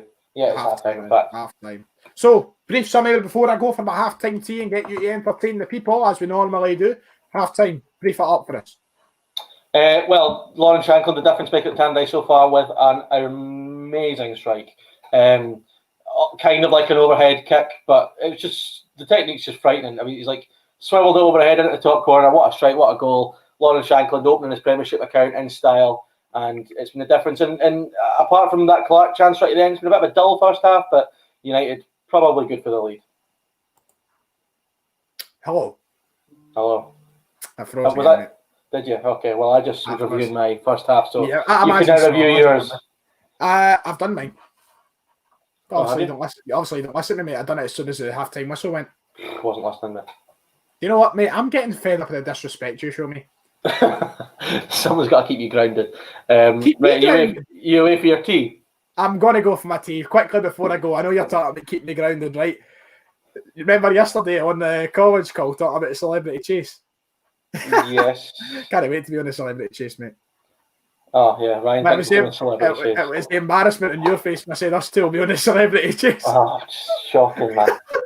I thought it was all right. Right, I'm away from my tea. Keep the people entertained. I'm leaving using a very capable and very dangerous hands. You do this an awful lot. I mean, I'm just watching Shankland's goal again. What is unbelievable, man. What a goal, Lauren Shankland. Literally, everyone's got to get on sports scene. Well, I hope it's on tonight, but for that alone, just what a strike. Yeah, massive. Neil Lennon, Yeremina and Joe Cole trending at the same time. I'm not sure why that's the case. So, yeah, listen, me and Ryan answered it so far. I want to see it in the comments. Who do we think will be the top scorer in the Premiership this season? Who do I go? Big Kev. Big Nisbet's going to do it. I mean, am I biased? Yes, but let's just hope that Nisbet does it. But, you know, Morelos or Roof, that's going to be an interesting one. Kemar Roof has obviously played every game since he has signed for Rangers, but looks like Morelos might be staying, and he's, according to his manager, and basically, you know, what we've seen so far, he seems to be in a better shape than he was at the start of the season, so he'd be a shout. Obviously, Yeti and Edward will be shouts, but who do we think in the comments will be top scorer in the Premiership this season? And if you're right coming into the season, then you will win a prize. I think. Maybe not, I don't know. But yeah, half-time around the grounds. Hamilton won each at Kelly. That's a big one. Brophy sent off, so a second half is going to be difficult for Kelly to hold on to that point they've got there so far. Hamilton, if they can make that 3 wins out of 3, that would be unbelievable from Brian Rice. As we said, typical Hamilton, they upset the odds constantly. Lots of a couple of shots for Edward already. Ryan Kent with a shout. Ryan Kent, a great start. If he continues his goal scoring form at the start of this season, then there's every chance Forrest will get a fair few goals. Yeah, I mean, he probably will. Does that mean Celtic fans will start liking him? Probably not. Edward and Morelos, pretty obvious. Yeah, I'm not sure that is that obvious, but yeah, those two will definitely be in there. But yeah, just getting the rerun of the highlights here of that first half at Tannadice.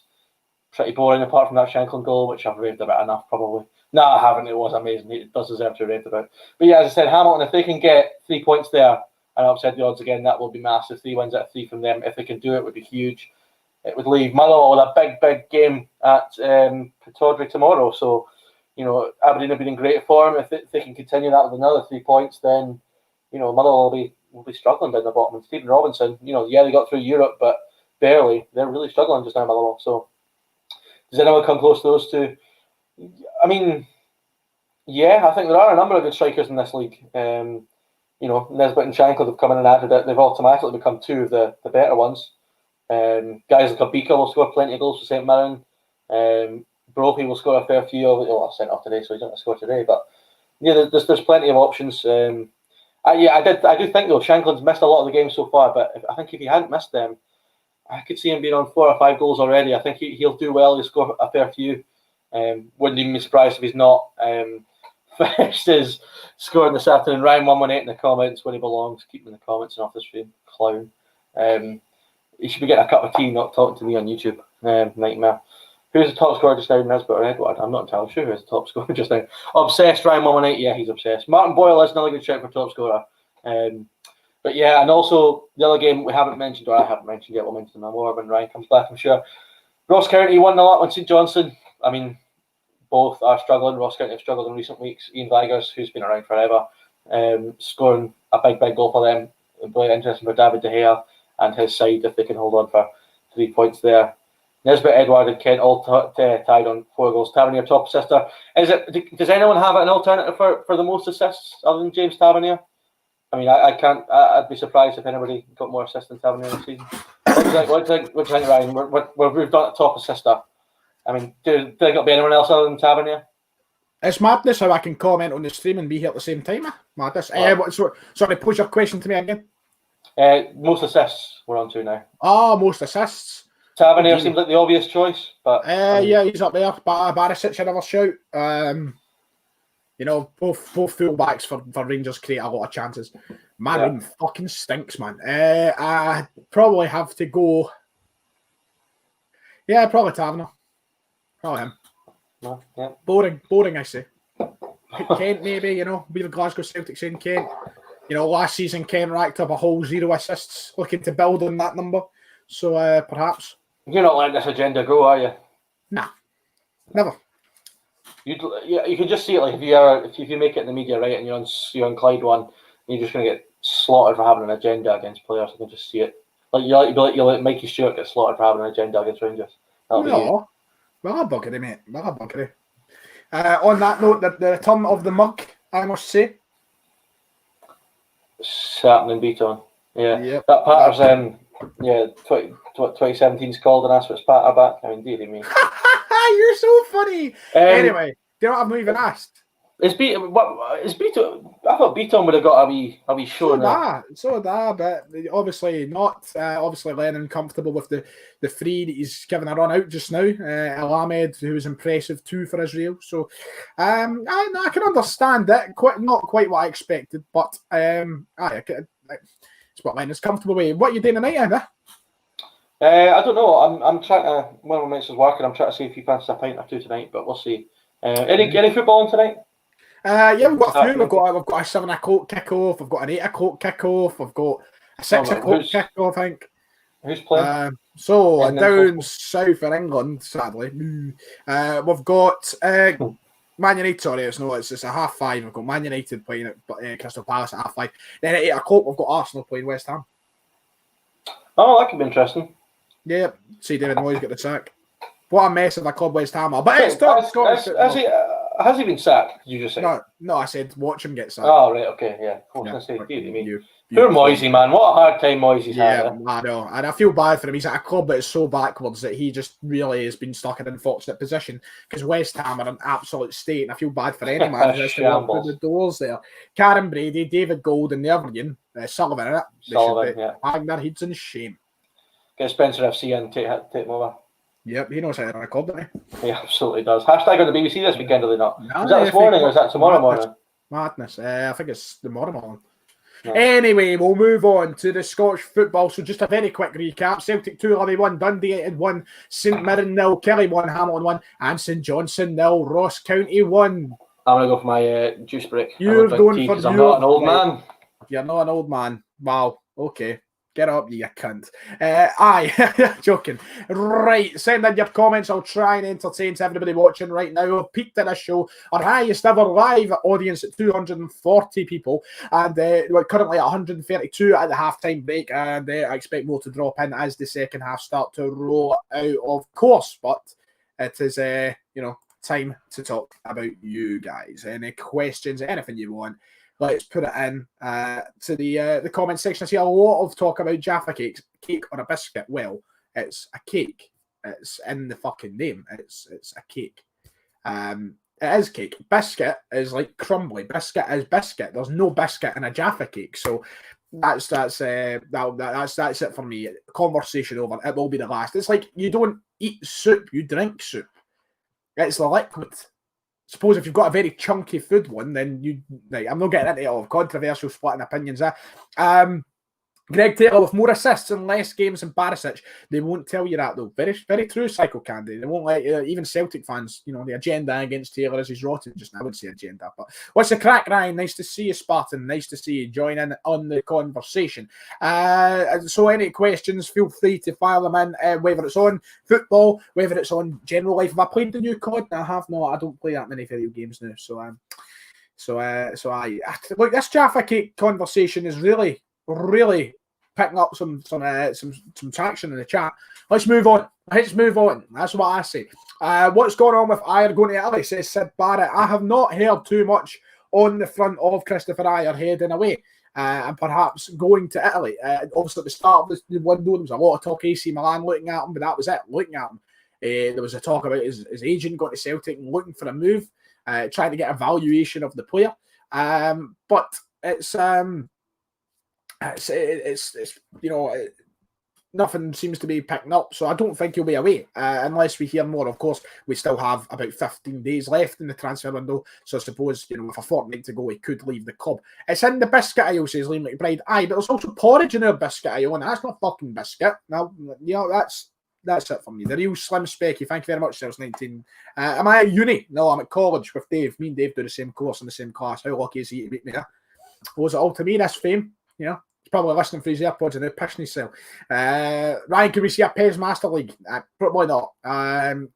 Depend. I don't even know if I'll be doing a FIFA career mode. I'm only going to do it if I get a new console, and I don't know. Spartan117 saying, all good, mate. Used to watch you, CJ Div Gogsy, liking the new show. Thank you very much, Spartan. Nice to see you've been a watcher for a while. I'm glad I can still do a show to an extent, and I'm glad, I found my hosting David, my co-hosting David. Couldn't ask for a better man to work beside. And it's good when we get Devin Such on here too. So, Gogsy, I don't know if he's streaming today. Fair play to me, man. It was funny watching him live the other night for the other game.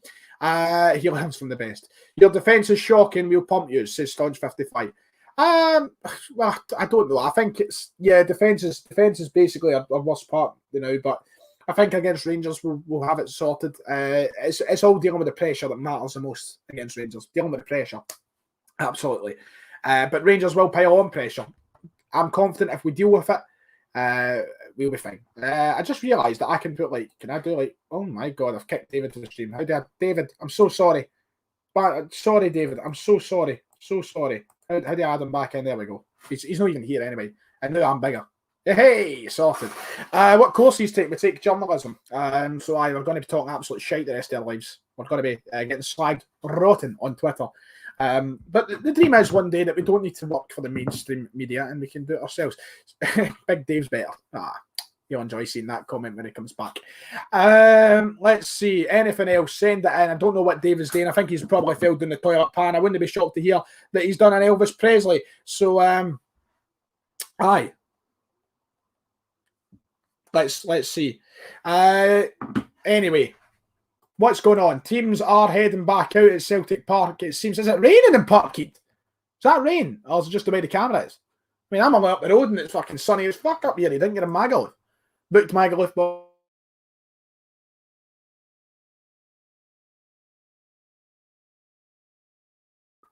absolutely no shock at all, Andy. Not in the slightest. It seems to happen quite a lot. So, let's see, planning on doing sports journalism in Airlux class. Very nice, Psycho Candy. Very nice. I would recommend you just follow what you want to do, mate. What's that snake Andy saying in the comments? What was he on about, that clown, huh? Lee Wallace in the comments, dearie me. Were you bad mouthing me, mate, after I was... I can't remember. Quite possibly, I can't remember. Did you listen to what I was saying during the break? Well, I had to have a half-time substitution. The AirPods have left the field and been replaced by the earphones. Well, you missed what I was saying about you, mate. You can go back and watch if you like. Probably not. Oh, well, that's fine. After everything I said enough. We have Glasgow Celtic. Pizza Crunch or a normal pizza? Definitely a normal pizza. I'm not a fan of the Pizza Crunch.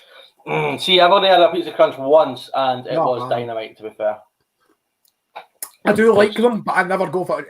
That was like I wouldn't go for it either. But it was when we were finally let out for lunch in second year.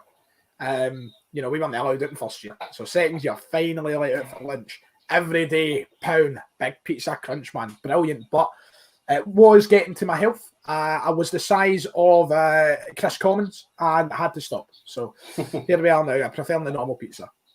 I'd kill it to be the size of Chris Commons. Sid, who is commenting from Toronto, Canada. Thank you very much, Sid. Nice to see you. Hope you enjoy this stream. No, is the answer.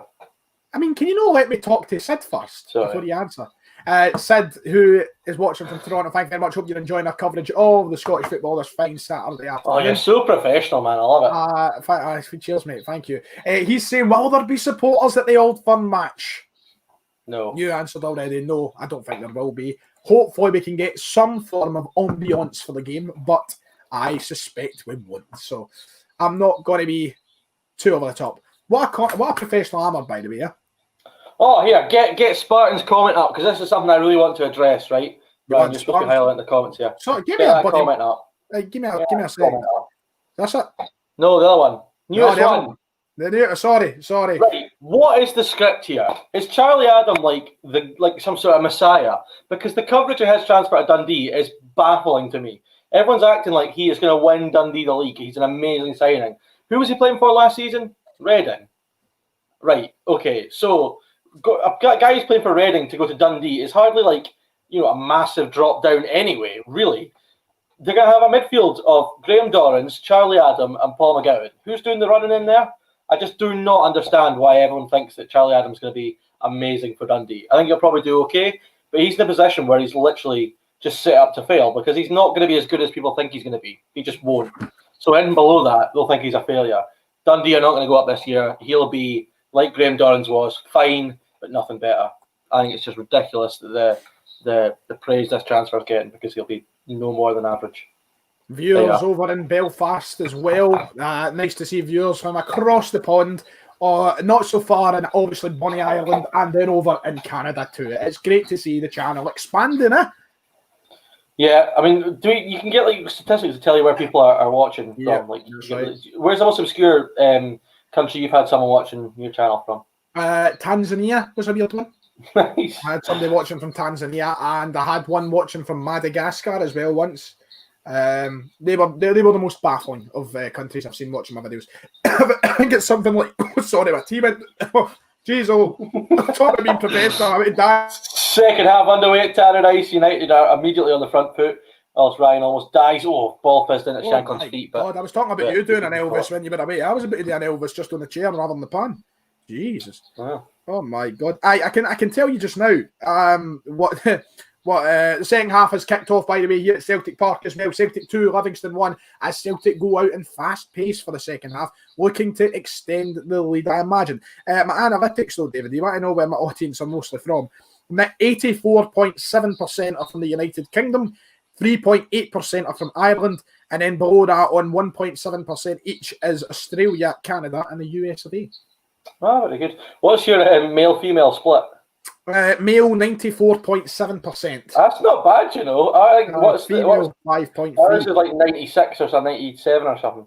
That's not too bad. The females tune in for the stunning good looks and charm, not the football. And finally, my age demographic, the largest demographic, is ages 25 to 34 with 24.3%. 25 to 34. That's quite an old audience, really. Yep. There's 8.6% of my viewers are 65 and over. Oh, Stevie in the retirement home watching it. You got the Celtic dads on your channel in quite a lot. Oh yes, there's always a fair few comments, and I try and respect their opinions. It could be tough, but I don't mind. I'm open to all. I'm used to it with my dad. We were watching the football the other night. Oh my God, I've not told you this ever, right? So I don't know if there's any viewers around the age of 65, 70, whatever, anybody who got to experience the Lisbon Lions. I don't know if there's any who's watching, right? But do you know what my dad said the other day? Oh, it was almost 2-0 Dundee United, sorry, big chance. Nicky Clark down the right, squared it back. I'm not entirely sure who was there, but it should have been, I think it was towards Shanklin, he couldn't get it in, but it should have been 2-0 United, sorry, continue. Do you know what my dad said the other night when we were watching, I think it was actually the Ferencváros game we were watching, and he said that, he's sitting there and he's like, I don't know why Celtic don't go back to the old 2-3-4 system. I was like, Jesus. 2-3-4. I said, whatever the fuck it is, what was the formation they played with? It was 4 up top, the 2 centre halves and the line of 3 in front. What was it fucking? That's how many players. They used to have like forward lines, like five players, man. I remember I was listening to a podcast with I can't remember who was on it, Tam Cowan and a few others, some old guys, and we're talking about the Scotland team back in the day who used to have 5 strikers up front, which is just mad, 5 up front. Thank you to the 175 people who have tuned in so far for the second half. We've tweeted, we're live, we're here, and proud of it with the viewers that we have got this afternoon. Tweets flying in if you like for the next show. I don't know when it'll be, David will tell you, but it's a very quiet start to the second half now. It's bobbled down here. Have you seen Twitter? Cycle Candy's comment highlight that just now. There's some going on Twitter. Some guys try to hack Celtic's Path to Paradise or something. I don't know. I saw something on Twitter about it just there. Madness. Yeah. No, I don't have a clue. Don't have an absolute clue. How has the Celtic stream gone anyway? It's been perfect for me today, mate. I think I was a wee bit behind, but it's been going perfect. So I can't really. I was watching the bit of the Stenhouse Weird and Farming game I did get to see today. They had, I think what they had is, have you ever seen the adverts for them, like cameras you get for filming football where it's like automatic, it does it itself? It's an unmanned camera. So I think they had that, and it was just hopeless. Like it wasn't following the ball at all. It was sticking on one half, and it was just a nightmare to watch. That's nonsense, that stuff. But hey ho. I've confirmed we've got our season ticket thing set up for the online viewing, so I'm looking forward to that, mate. Can't wait for the championship to start. Andy 43 saying, only kidding out the bad mouthing lads, you're great entertainment. There's Ryan frozen again. That's that Tesco dial-up internet. Spoke about it so many times, man. He just doesn't fix it. See when Hugh is ready to throw in the towel and Gordon Duncan. Whoa. You were just frozen there for the past 3 minutes. Was I? So, yeah. The last 20 seconds. Well, thank you, Andy 43. We're taking the competition to the big guns. We try our best. Turn off the BBC for us. That's what you love to hear. But I'm telling you, see when Hugh Keevins throws in the towel, right? He calls it a day, and Gordon Duncan inevitably moves on to bigger and better things because he's a fantastic host. I'm telling you, Clyde are going to phone us up like that used to in the studio, I doubt it, mate. My resentment for the old firm, probably not. Your resentment for the old firm. Oh. Can you imagine how much I'd be hated on Super Scoreboard? Oh, mate, you'd be getting... It'd be like a Rangers fan moaning about some sort of seeding in Europe, and I'd be just fuming. Do you think it's fair? Good question for Kyle McIver, by the way. Do you think it's fair for the junior leagues to start without fans next month? Well, it's going to be a nightmare because you can't... I mean, how can you really... They'll be able to just stand beside the ground and watch it. Could be a chance for St Mirren here. Lee Irwin's in. Good challenge. Barkas with a really poor touch there, but he does keep it in. It looked as though he was going to go for a corner pass between him and Duffy. Continue what you're saying about the non-league. I can't remember what I was saying. Yeah, they'll be able. I mean, how can they, without getting loads of stewards and stuff, to stop fans from going? Because they can just turn up and watch them. It's not like these grounds have got big stands or anything that you can't see in. So I don't know. I honestly. If I'm honest with you, I think football really tasty ball through here. Oh, what a finish! Post for Dundee United, sorry. Oh my goodness, God! What a tasty wee goal! Albion Ayeti, so wispless, brilliant from Ayeti there. 3-1 to Celtic. I'm telling you, what an absolute player! He will finish top scorer this season. What a player! And Cham does absolutely brilliant. Leaves his man, plays it through. Gets on it, and that is a delicious finish, and he makes it look so easy, and it's actually really massive difficult. Chances for Dundee United here again. Nicky Clark's just at the post. Ian Hark's just had an effort save one-on-one. Another chance. It's 2-0 to Dundee United. We've got a double goal there. Celtic are scoring, making it 3-1. It's Adrian Sporle with a goal. Nicky Clark. So just as you were talking, Nicky Clark hits the post. Another chance for Ian Hark's, who's then had his effort saved. Another effort from Shanklin saved. And it's how do you say his name? Spoil, is it? Adrian Spoil? Spoil, whatever. He's with a really calm finish. Left-footed past Lamal, 2-0. United looking very sharp. Really composed finish. Really tasty goal from Ayeti once more, just to finish on what I was saying. And Cham losing his men so easily, and he shows why he's so highly rated and held in such high regard by the Celtic support. Ayeti gets on the end of that pass. McCrory, his position is all over the place. But Ayeti's finish is tasty, and Frimpong's down. It looks as though you might need to get a physio over. Frimpong is down. Ayeti, he's got to be the top goal scorer. Frimpong does not look good here. Something's up with Frimpong. I think he's winded. I won't get correct then if he's only winded. Gee, he makes it sound like he's broke his leg. It was on the run. It gets knocked to the ground. Another chance for Dundee United. Takes a dodgy landing. Wow, United are absolutely flying here at the moment. St Mirren are really hanging on. Another goal will kill it. I think it's Jamie Robson with this effort over the bar. Right, this cut, like, as much as I respect Spartan, you've been a good commenter through the show, but I just want to respond to your comment. So he says, and yet he is not going to be top scorer. Settle down. Who's Celtic actually play quality-wise? That doesn't matter when it comes to top goal scorer. You know, and yet he's scoring goals against these teams. That's what will make him top goal scorer. If he scores 25 tap-ins this season, doesn't matter who it's against, he's top goal scorer.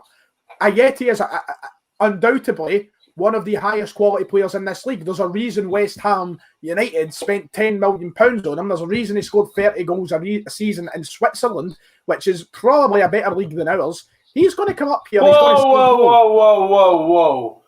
Don't speak such nonsense on here again. You're picking up the Swiss league over ours. Have a fucking word with yourself, man. Sorry, man. Sorry. Christ almighty. Sorry. Who won the Swiss league? Who won the Swiss league last season? Would it not? You don't even know. Exactly. It was Genk, was it not? Genk even Swiss? I don't think they are. Yes. Are they? No idea. So you're the one talking about me, and you don't even know Genk. Oh, get your bed, you. Right. Oh my god. Oh wait, Genk aren't they Swiss? Genk are Belgian, aren't they? Right, we'll move on swiftly. Scottish football, You're an absolute joke, mate. I'm telling you. Anyway, 2-1 to Kilmarnock. Kabamba has got a big goal for the 10 men of Kelly. Brophy's left him hanging up front of his own, but he's got a goal. 2-1 to Kilmarnock. How are Genk getting on in the Swiss league? Say that again. How are Genk getting on in the Swiss league? Mate, I don't know. I'll give the comments that Basel are a decent team, but the Celtic and Rangers' performances in Europe last season, you know. Can I just remind you that he was part of a Basel side who reached the quarter-finals of the Champions League, David? Was it the Europa League? You know, we're looking at a league that is good. Maybe it's not better than Scottish football. Ayeti's a top player, and he's a top player, and he's going to be top scorer this year. He's really good. He's got the quality. You see it. Did Rangers not young boys out of Europe last year or the year before? Yes, they did. Yes. Oh, Ayeti going for goal again. Block this time. I'm glad the comments are giving you time for the Genk shout because I'm just. Genk or Belgian, you quote.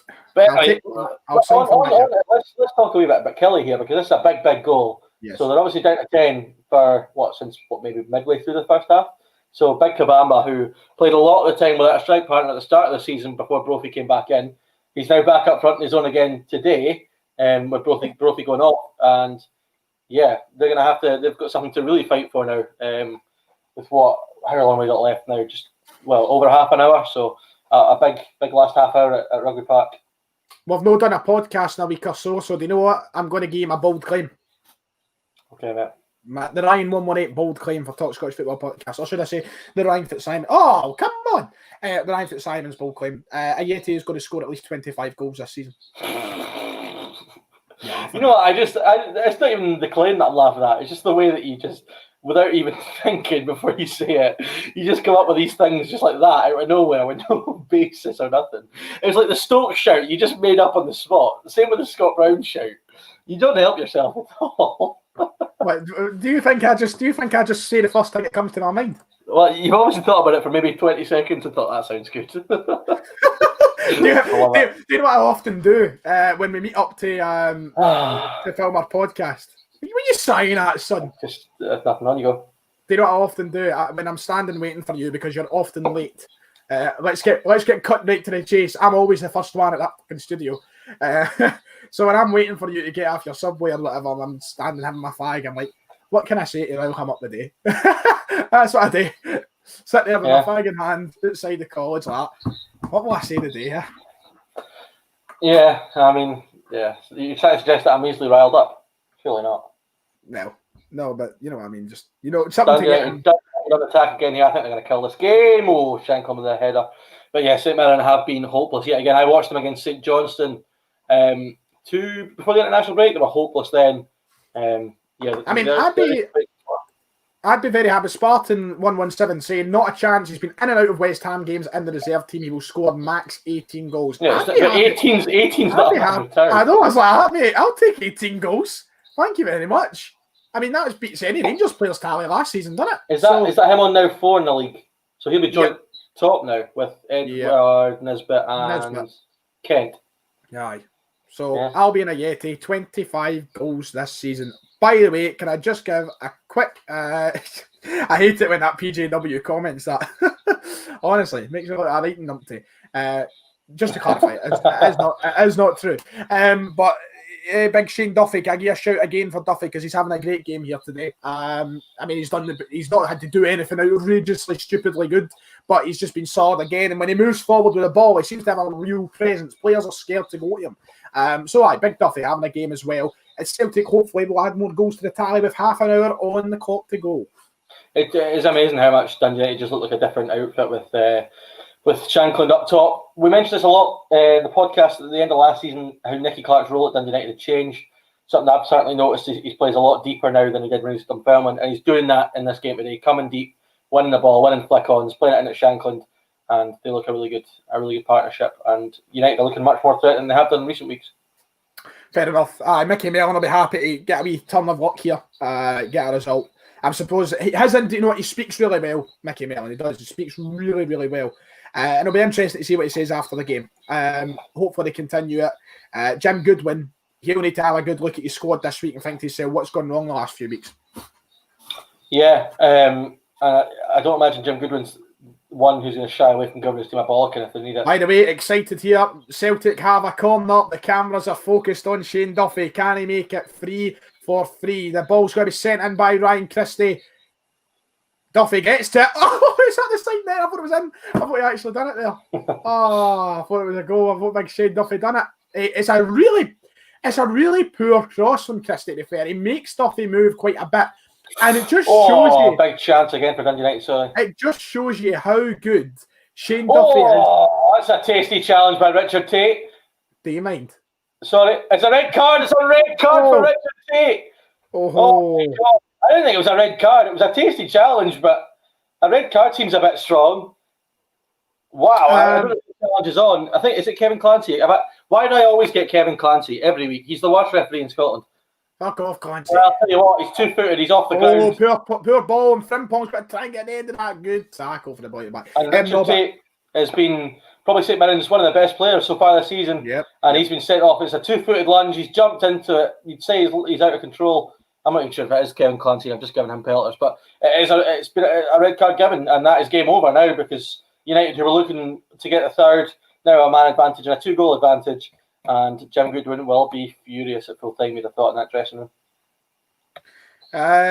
Duffy had to move quite well there for that cross. It just shows you how good a player and how determined Duffy is. I really thought it was in the back of the net, but no, hit the side netting. But after a poor delivery, it wasn't great.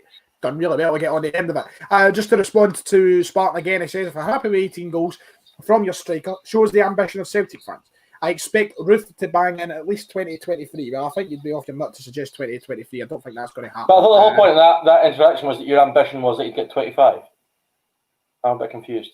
I think he'll get 25 goals this season, but I'd be happy with 18. I know, so that's not a lack of ambition. 18 goals is a decent return. Yeah, and you've got to remember, Celtic play 2 up front. 18 goals from one of those 2 strikers. That's fantastic.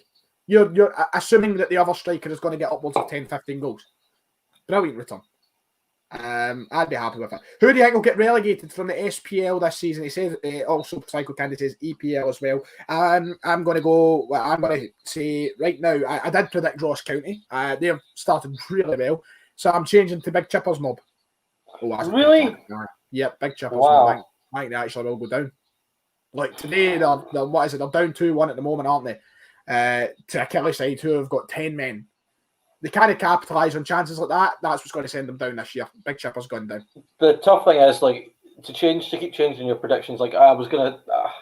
It's so early. It's so early to tell. It's so early. Yeah, it is. I did predict them to go down with our predictions video, but I wouldn't say that I'm more certain of that now. I think maybe less certain of that now based on what I've seen. The only prediction that I'm definitely wanting to change so far from what I made pre-match was the third place. So I think Aberdeen are going to get it now.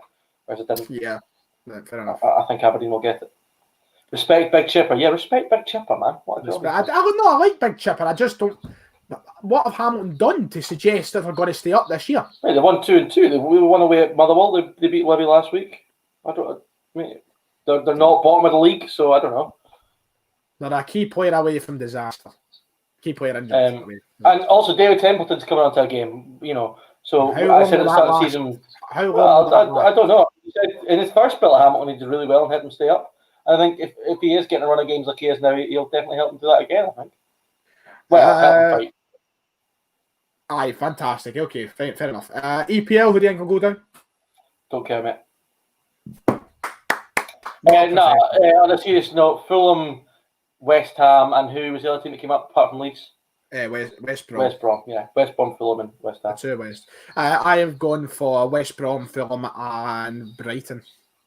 Wow, Brighton! I thought Brighton were good against Chelsea. But the other day, I changed my mind to West Ham, and I'm going to put West Ham. Oh, here come Dundee United. It's 3-2. Got to be good saves, Lamal. Oh, I should have passed it, man. Lamal must be thinking. Yeah, I mean, he's come from that Hearts defence who were rotten last season. So today have been pretty rotten at the back as well. It seems Albi Anieti and Marvin Bartley have struck up quite the relationship. A wee cuddle from each other there. With what you love to see in the game, of course. 25 minutes to go. 25 minutes to go. It is Celtic 3, Livingston 1 still. Here comes St Mirren forward here. Chance for St Mirren. Goal for St Mirren. Oh, is that a goal in the game? Oh, it's Mark Reynolds, a big mistake here. I mean, we've raved about him so far this season. He's been a really good player for Dundee United, but he's made a big mistake here. Still in Connolly with a goal. So it's a ball launched over the box. Connolly chases Reynolds. Reynolds goes to clear it. So Reynolds' goal side. He goes to clear it and just slices it right to Connolly's feet, who finishes well under Seaguest. And it is 2-1 now to Dundee United. The 10 men have maybe some hope. Fair enough. Right, question time. I need a theme for it. I need to make all these wee intros and stuff like goal alert. Question time. All right, I'm going to do it this week. I'm going to get a wee cheese slice animation and all that made. Have you had a cheese slice in your game? I don't even think I've had. I've had a red card, but I don't think I've had a cheese slice. I can't remember any popping to my head. Anyway, question. Zombie apocalypse, mate. Yeah. Place is gubbed. Yeah. You can only pick 3 people in the world of football. It can be anything to do with football. You can pick me if you want. Please pick me. It can be football related in any way, shape, or form. Players, managers, coaches, pundits, whatever. You get 3 people to try and survive it with, but 3 you pick. I hate it when you give me these questions. I've not had time to think about them. To survive it, right? Well, imagine like we done a series like this. Which 3 footballers isn't just a video? Who would you survive the zombie apocalypse with? Jeez, what the content. Right, so James Milner, because I think he's just an absolute machine. Just fitness, okay. He'll run like fuck the whole time. You probably you need a hard man, and then Roy Keane, he would just scare them to death with his voice more than anything else. He would just make them feel so. So Milner, Roy Keane, and don't know. I need a proper, a big fella now who's going to... I thought you were going to take Kloppo, to be honest. Nah, I don't think he'd help me survive, mate. He'd be too busy getting pissed and smoking, so... bit like yourself, I'd imagine, if we took you along. I don't know, man. Someone... Adebayo Akinfenwa? That'll do. Well, is that your 3? Fair enough. Akinfenwa, Roy Keane, and Milner. Do you remember a few weeks ago we were talking about being stuck on a desert island and who'd you what a shout, by the way. Roy Keane, Boba Baldi, and Marcus Alonso at the wheel. Me. You know, we were talking about... obviously, the desert island, and I went for Mary a laugh, and you went with people that could try and help you survive the rest. Yeah. Look, it's a zombie apocalypse. There's no chance I'm making it the other side, so I'm having a laugh with it again. I'm taking Neil Lennon. I need a good flag partner. You know, I need snooze. A wee bit of snooze. I've not spoken about snooze today. Snooze. I'm taking Neil Lennon. I'm taking Big Shane Dog Duffy. Because, you know, if you do want some strength or something, it's him. Probably got a good bit of patter as well. Then finally, I'm going to take Roy Keane as well. That's a shout. That's my 3. Keno's got to be there. Yeah, I love Roy Keane, man. Oh, brilliant. 20 minutes left of the game, just about. Celtic have quietened it down a little bit. Olivier Cham moving forward. The ball tries to slip it through, but it does not come off. Cal McGregor in now, but there's a chance. Jeremy Frimpong's in a good area. He's trying to pull back the ball here. Is it going to be a goal for Celtic? Jeremy Frimpong. Good save from Robbie McCrory. Incidentally, I know we didn't want to talk about England football, but any doubt that Leeds were going to be the most entertaining team? It's now 4-3 to Leeds again. Fulham just made it 4-3 Mitrovic. So they're definitely flopping, man. I love how Bielsa's team are just absolutely mad. I mean, defensively, pretty hopeless for looks things, but tell you what.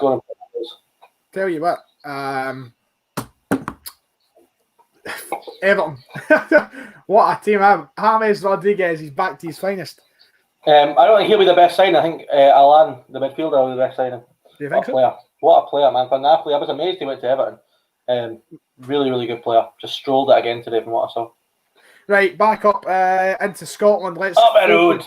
Up the road. Livingston are making their first substitution of the game. The boy Lecoch, Big Kosh, as Div was calling him. Big Kosh is coming on. And Robinson as well. Sybold and Tiffany are heading off the park. Surprisingly, they're winging off the ball. But Big Kosh, he's going to deal with the damage here. He'll put you under the Kosh, all right.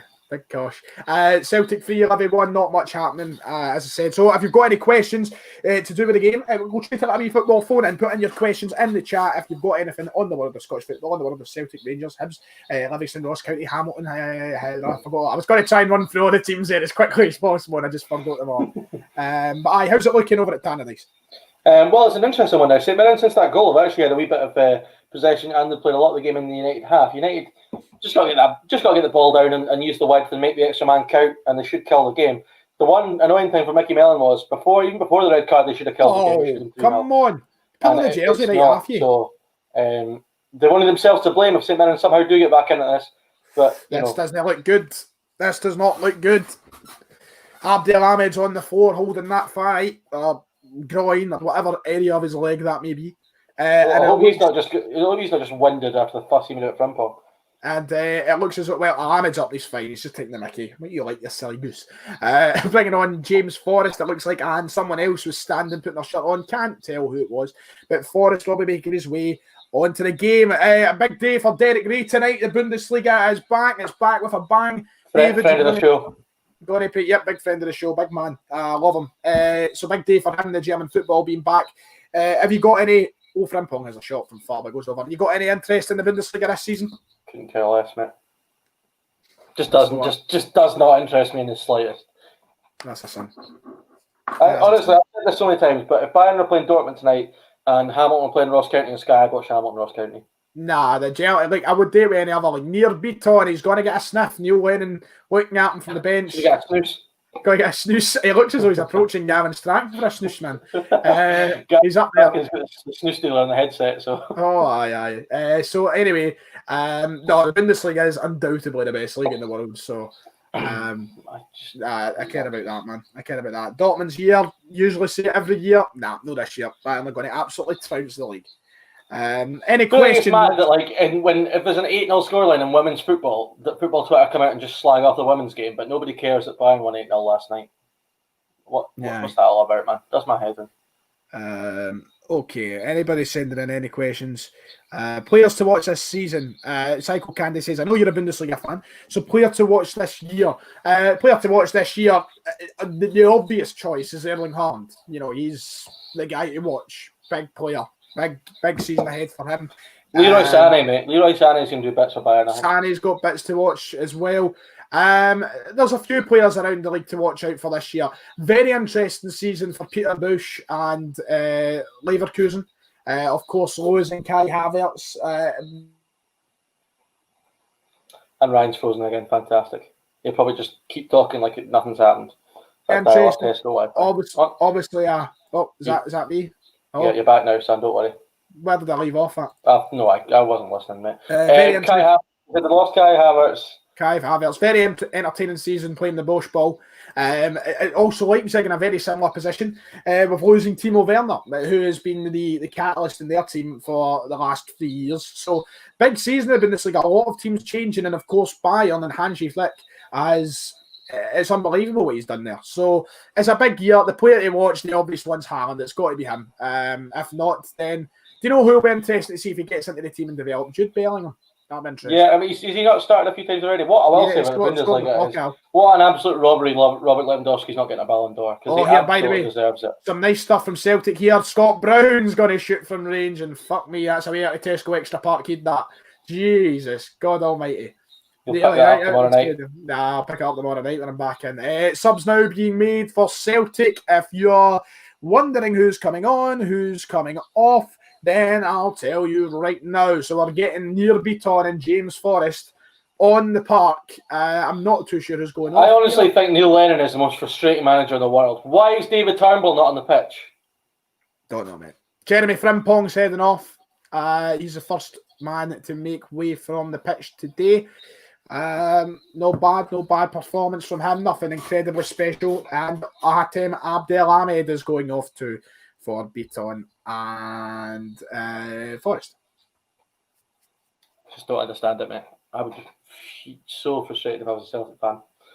Well, you know what? You can say that, right? You can.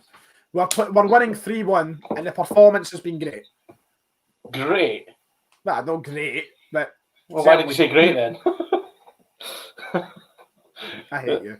I think it's been a very solid performance today, and I imagine the first thing I'm going to do when we go off stream is probably going to Twitter and see people calling for the head of Neil Lennon. But I think we played well today. Forrest with a chance already. He puts it wide because he's obsessed with shooting with the outside. But you're right. So is it 3-1 up? Why are you bringing on James Forrest? I mean, he doesn't need minutes.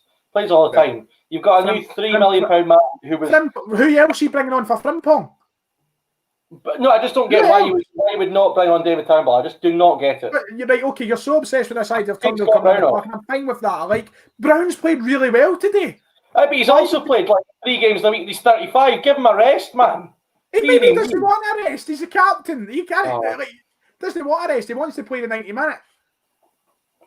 Brown, there's no reason for Brown to go off today. I think he's actually been very good. And here's Olivier Ntcham creating space once more, cutting through the defence like a knife through butter.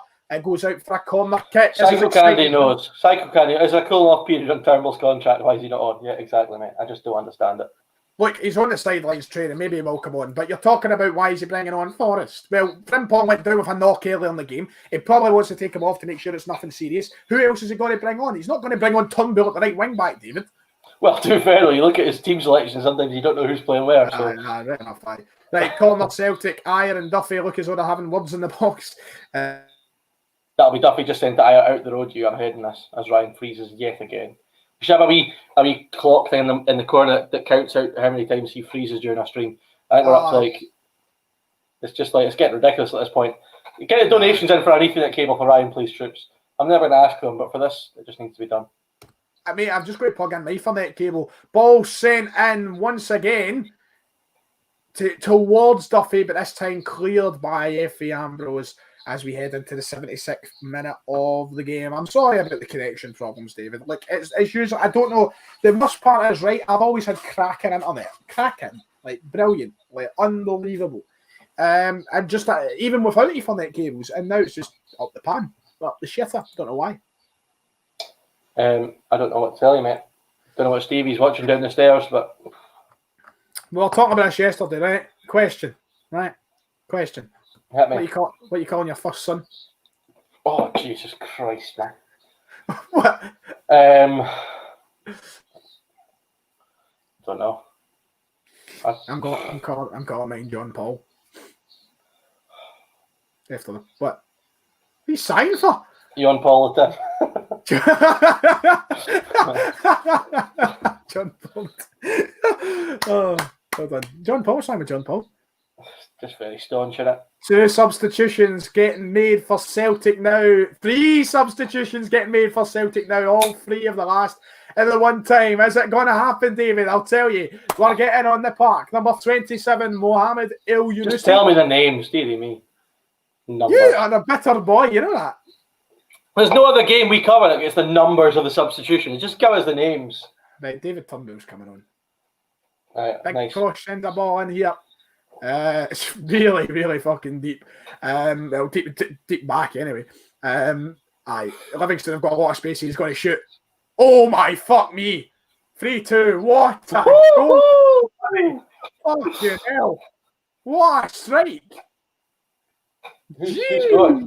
Who scored, Chris? What in the name of the Lord? Who scored? I'm just getting confirmation. I don't want to give you the wrong name because at first I thought it was Big Kosh. It couldn't be Big Kosh. As the scorer, Serrano scored. Serrano, that's it. I'm not even watching the game, mate. Yeah, wow, so it's just a pressured last 10 minutes of Parkhead. And he's frozen, mate. He's frozen in fear. under the cosh. What a strike, by the way, man. You were frozen. You were frozen in fear for a second there. Mate, honestly, unbelievable strike. We gave them so much space, though. That should not be happening. But the Barcast haters will be out in full force tonight. I'll tell you that for nothing. But should you have saved it? The pressure, probably should have done better. And here we go. The comments are starting already. I don't think Barcast is that good. Patrick Kamala heading on to the park now. He's coming on. I think he might have scrapped the changes. Albion Ayeti is coming off the park. And Patrick Kamala heading on. How's it looking? What's the tone of the game like? So is Edward must be carrying some sort of knock then, surely? Yeah, I know. You'd imagine so. They've got a corner here, 12 minutes to play. St Mirren had been really bright after the goal, but they've kind of petered out since then. But the 10 minutes, difficult to keep pushing. But yeah, both these games finally poised for 10 to play. This is a very annoying, frustrating position for Celtic to be in the final 10 minutes of the game. Yeah. You nervous, mate? Nah, I'm not really. Have Livy showed anything up to that point to suggest there was a goal coming? Not at all, mate. Not at all. It was really a moment of a real moment of. I think it was just we shut down for a minute. You know, like the ball came ricocheting after Big Kosh sends across to absolutely nowhere, and it just kind of gets itself to Serrano, who's in all the space in the world. No one goes to him. And he shoots from range, fair play to him, gets a goal for 3-2. I think it's just a moment of sheer complacency from Celtic. We need to get ourselves back into a 2-goal cushion now, if possible, as Effie Ambrose gets Christie off the ball very easily.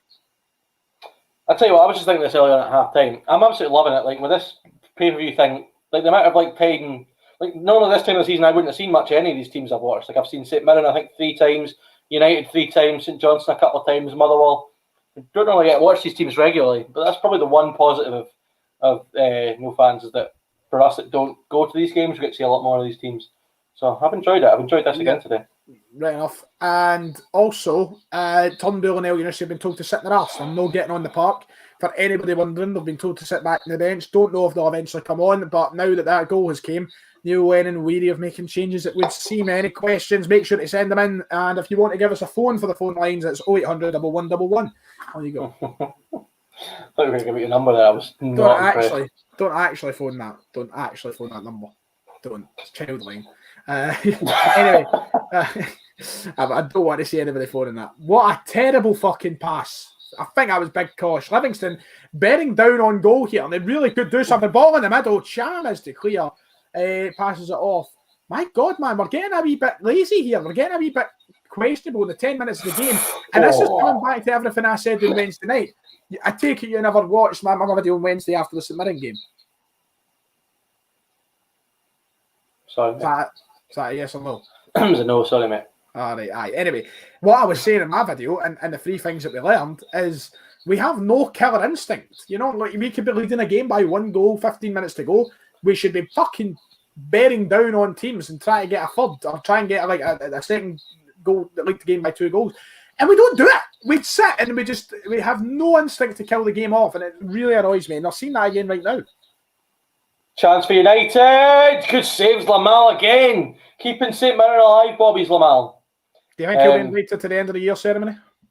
I have no idea. If they win the league, will they get a medal? I think you need how many appearances do you need? What was I going to say there? Can't even remember. Yeah, unless it's Jack Mate's happier, I'm not really watching YouTube these days. Not even your good mate, Ryan. I love Jack Mate, man. All right, he's not a fucking shaggy mate. And that's awful, Pat. And him and Spencer, what fellas? 4-4. AFC Wimbledon 4, Plymouth 4. What a cracking game down there. We've scored 3 goals. There's some killer instinct there, though. No, I get that. Right, okay. It's like kind of very good point. We've scored 3 goals. Right, great. But I mean in the situation in the game where we're to go and kill the game. I know what you mean. Yeah, I know what you mean. You know what I mean. It's been the same here at Tannadice, where United should have killed the game at 2-0, but they didn't. You know, the chances. They didn't kill the game. And if St Mirren do nick a point, is that wee what's his face as a linesman today? Is that wee what's his wee Tory base? Oh, Ross Douglas. I think Douglas Ross. I think he's a linesman today. I'm not sure if it is him or not. Can't believe that, Conservative Party leader linesman. Not even give him any publicity on this show. Nah, we should not. Oh, Thank please. you. Nicky Clark's just been substituted for Dundee United. I'm not sure who's come on for him. But United, I tell you what, Mickey Mellon will not be happy, I think, regardless of even if they do see this out, because they should have killed the game. And with 10 men, St Mirren have looked promising in an attack. And I wouldn't be at all surprised if they nick an equaliser. What a ball away from Barkas, by the way. Big barking us, but sadly McCrory comes out first and gets to it. Ryan used to hate Jack, mate. I was actually going to put up a tweet about that when I was fucking steaming last night. I wrote it, composed the tweet, you could say. And I was going to say, I gave him some absolute abuse on YouTube a few years ago and apologise to his class. But what did you abuse him for? Because he was given the whole part of I hated him for years because he wrote on Twitter about how Celtic Scottish football fucking tin pot and all the rest of it, and it done my fucking head in. I'm like, you support West Ham, you clown. Like, but is he actually a football man though? I think so. I don't. Yeah, I put up a tweet about Celtic and it wasn't very nice. It wasn't a fan. Nice. I've only really watched in the past year. Subs being made for Celtic, and with 6 minutes left on the clock, Ryan Christie will leave the field. David Turnbull will take his place. Alarian Cham also leaves the field, and then Mohamed El Yunusi takes his. The snooze is well and truly out as Douglas Ross. It's a linesman of the clown. Love it. Oh, that's a fun! Hey! I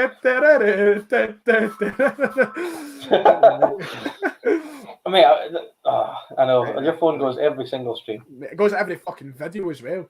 Why have you got the phone in your room? I still don't understand. Mate, I've honestly, my mind's like, what if I'm cleaning the room and the phone goes like that? What? Clean your own room, Ryan. You're a big boy. No, she makes the bed, man. Fair enough. David, tell Ryan it is not appropriate to compare. For God's sake. Sorry, I didn't read that out there. Seriously, what is up, Drama Alert Nation? Keep talking about that. Another corner for Celtic. Shane Duffy shouting out to whoever's going to take it. I'm not sure who's taking it because Christie is off the park, of course. It's got to Turnbull to send it in. Turnbull delivery. Duffy meets it. Oh, it just goes wide. Cycle Candy put an interesting comment there. Celtic need to start playing a settled team.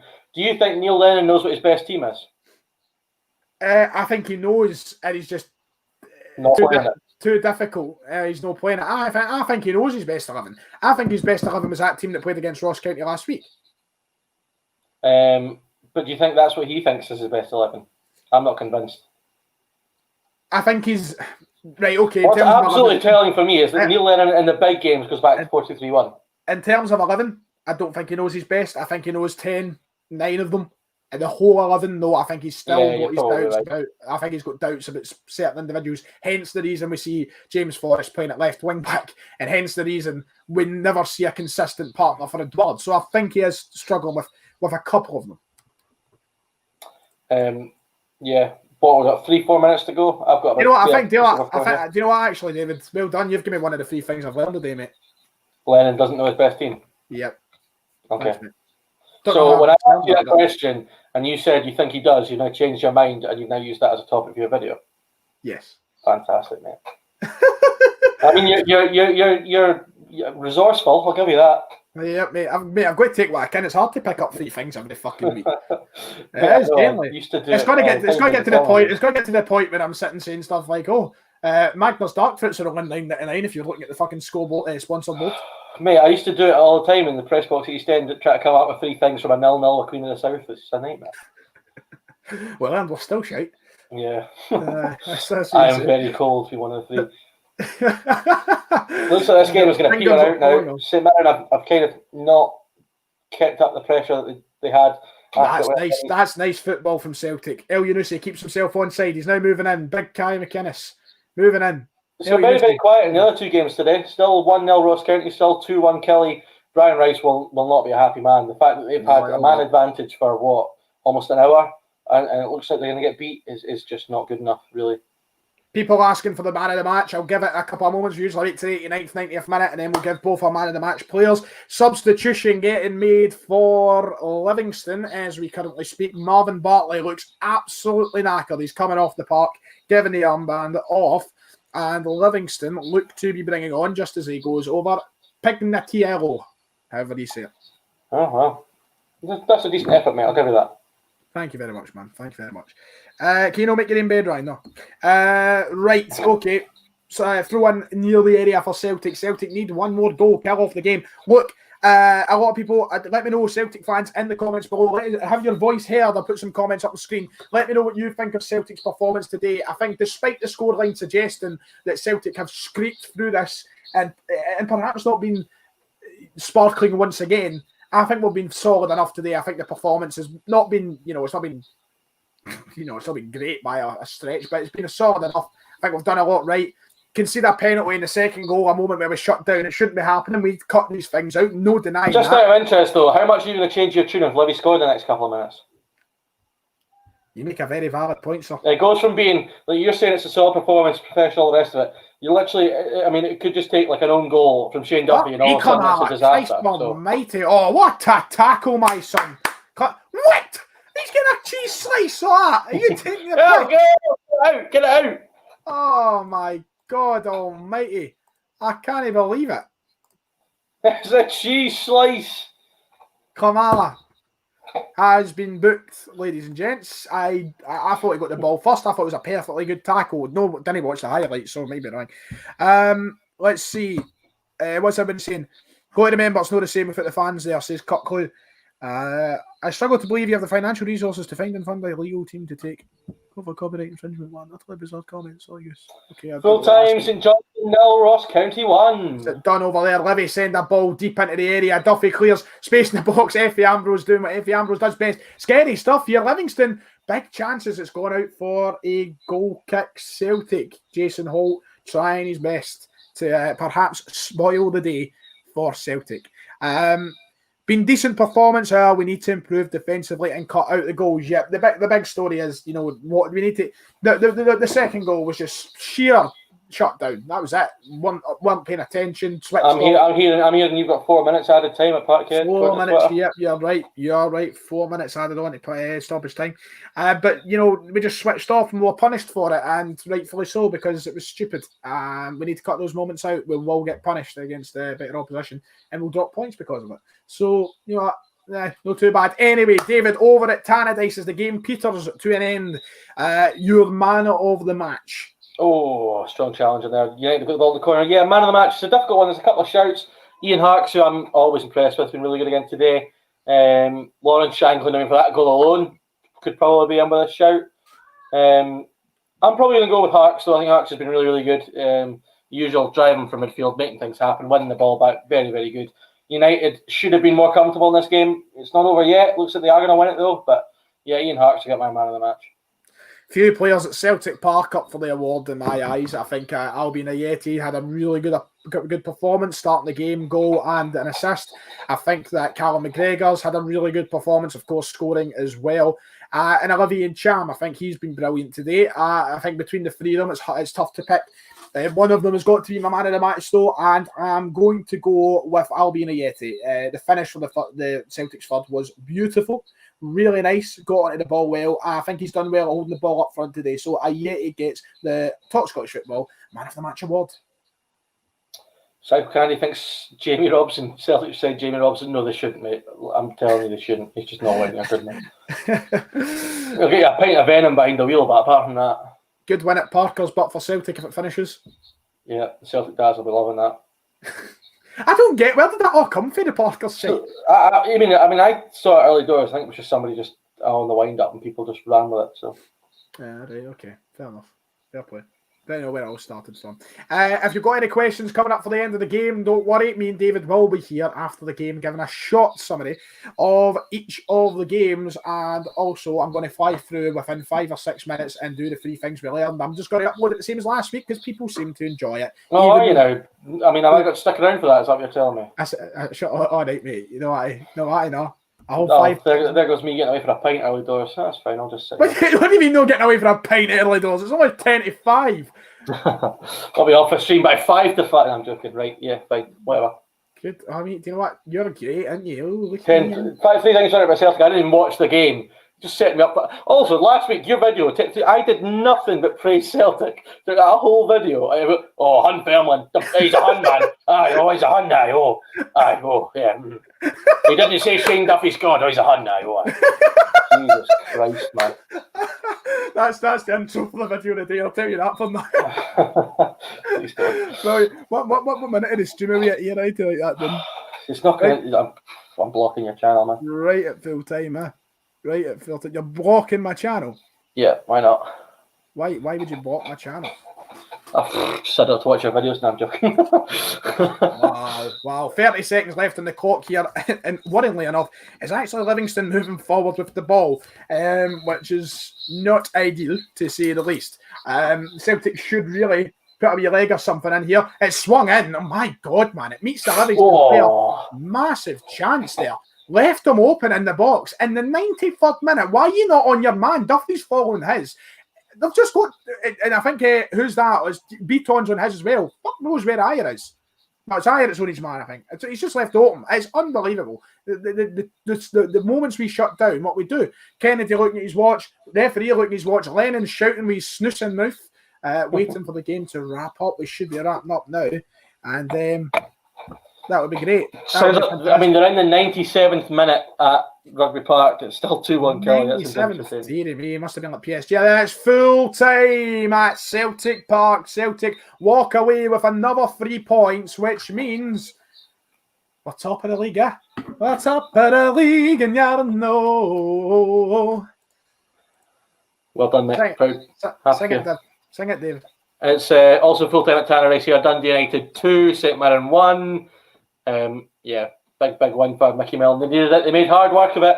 Jim Goodwin, St Mirren, not very good yet again. He doesn't look very happy. Richard Tate sent off in the second half after Shankland and Adrian Sporrell had put Dundee United 2-0 in front. There was a consolation goal for Dylan Connolly for St Mirren, but Dundee United probably deserved the win, but it should have been more comfortable. Full time Dundee United 2, St Mirren 1. Well, it has been a very good day for Celtic as they go top of the league for the first time this season. And just for the people who are watching, perhaps tuning in at full time to hear my response to the Celtic game, here is the league table and what it looks like as match day number 8 comes to an end. Of course, not everyone on 8 games, as you can see. In fact, a lot of the teams not on it. Celtic top of the league with the... Hold on, so Celtic are top of the league on what? Because it's not goals for. Goals for, right? Okay. Goals right, for. Okay, yeah. So full time. Just before you start, is 2-1 to Kilmarnock against Hamilton. Is he frozen again, or is he just? Aye, frozen, son. What'd you say? Yeah, full time. Kilmarnock 2, Hamilton 1. Okay, right. Rangers in second place, Hibs in third after before they go into their game tomorrow. Of course, Rangers could go back top of the table. Aberdeen in 4th place, Ross County remain in 5th. Dundee United, are in 6th place after their win. Kilmarnock up to 7th after their St Johnstone, St Mirren, Hamilton, Motherwell, and Livingston at the bottom of the table after their loss, which means Gary Holt's pressure does keep building. What are you thinking of the league table then, Dave? It's quite similar at the moment, where every single game is having a bit of an impact. So many teams that are stuck in close proximity to each other in the league. Big win for Kelly, massive win for Kelly, to be fair. 10 men for almost an hour to get a win is huge. Big Kabamba coming up with the goods. United needed that win today, they got it. St Mirren now looking like they're going to need a win sooner or later. But yeah, and obviously Celtic did get through in the end, despite a hard team performance from Livingston, it has to be said.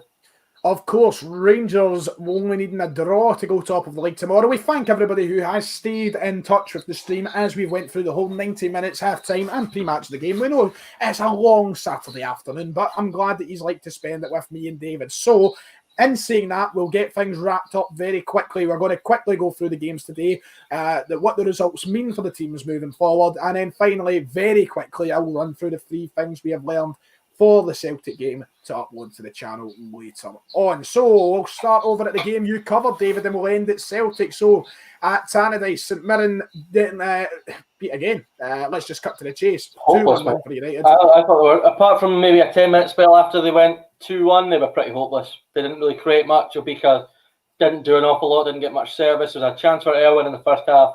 Apart from that, did nothing. United at times looked really, really good. Shankland what a goal, man. What a goal. I'm telling you, get it on Sports Scene tonight. Magical from Lawrence Shankland.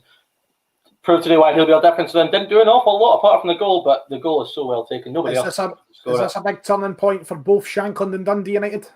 It's got him off the mark. He'll be delighted to get that first goal. And I can see United having a lot of games like this season where they're neck and neck with teams, but he will be the difference. Second half, they made it 2-0. It should have been 3 or 4, even before the red cards. Richard Tate sent off for St Mirren. 2-footed lunge. You can't really complain. That you'd have thought would have killed the game. St Mirren then got a goal back and could have pushed for an equaliser. They didn't quite get it. But United overall good for their win. But still a few things to be concerned about from Mickey Mellon. But Jim Goodwin won't be a happy man after that. Aye, I mean, it's another loss for St Mirren in what has been a struggle of a few weeks. So, I mean, they'll pick it up. I'm confident they will. I like Jim Goodwin. I like what they've got going on there. And I think they are being one of the more entertaining teams to watch in that bottom half of the crop this year. So that was the result there. David did watch that. So Sports Scene tonight, you've heard it. Get it on and watch that Shankland goal. An absolute stunner. Let's go to what I called earlier the stinker of the day. And by the looks of things, it could have been the stinker of the day. Ross County 1, St Johnstone 0. I mean, you know, another poor result for Callum Davidson, eh? Yeah, he will be, you know, maybe slightly concerned now.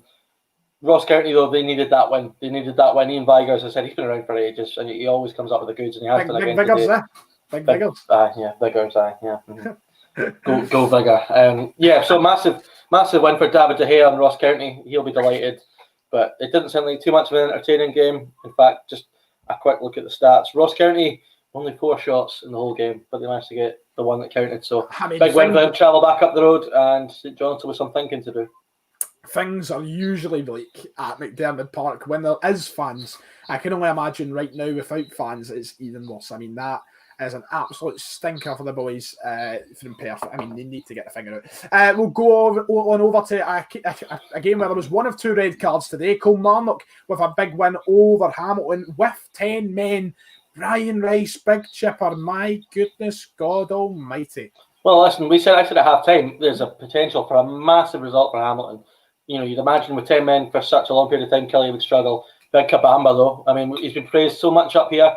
We all thought he needed a strike partner. He gets one, and Brophy's let him down today, but he's still come up with the goods. So, big result for Kelly Alex Dyer, who also, we didn't mention him in the sack race chat, but he's had a lot of pressure. Always thought he would turn it around, and a big win for them today. Must have shown great character to get that win. Aye. Kilmarnock, I think, are a team who a lot of people have questioned. And more in particular, a lot of people have questioned Alex Dyer. And that result today will be one that I'm sure Alex Dyer will have a wine to celebrate tonight, because it says a lot, as you said, about the character of the team. So, a big win for them. And then finally, we'll move over to Snooze. We'll move over to Celtic 3, Livy 2 for 85 minutes of the game or whatever. Up to Livy scored their second. You know, it was a solid performance. Minute that goes in, we're shite. So it was a weird one today at Celtic Park. But of course, we are top of the table again. Maybe not for long. Of course, we need Hibs to do us a favour tomorrow.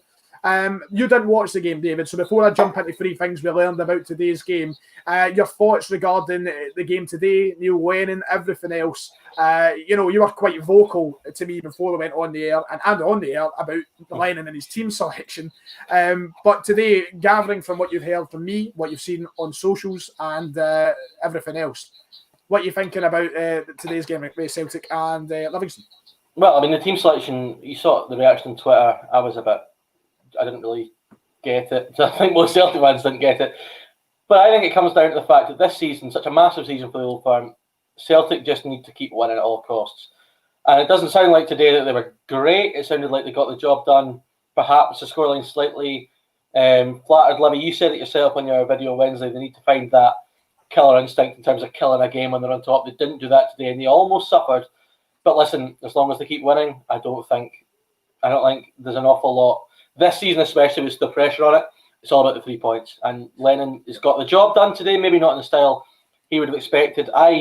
My big frustration from Celtic, from an outside point of view, is the fact that David Turnbull's not playing. It just does my head in. I think he's absolutely fantastic. Why is David Turnbull the one the but he is just so good, and I don't get why they're not giving him more of a chance early on. Look, somebody who said it in the chat, what is it they said about the cool-off period in their contract or whatever, you know, He's got to wait, and it seems that's in a few players' contracts. It took Kamala time to get in. It's Kamala's such a strange one as well, because what else can he do? I mean, he's off the bench and scoring.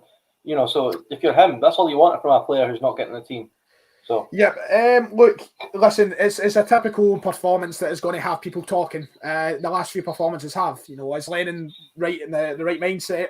Does he know what he's doing? All these different bits and bobs. It's just a massive conversation every time Celtic do anything, whether it's a 3 points or not. But look, ultimately, we got what we need, and that's 3 points. And I just want to keep reminding people, right now we're at a very tough point in the season where we've got such a busy fixture list.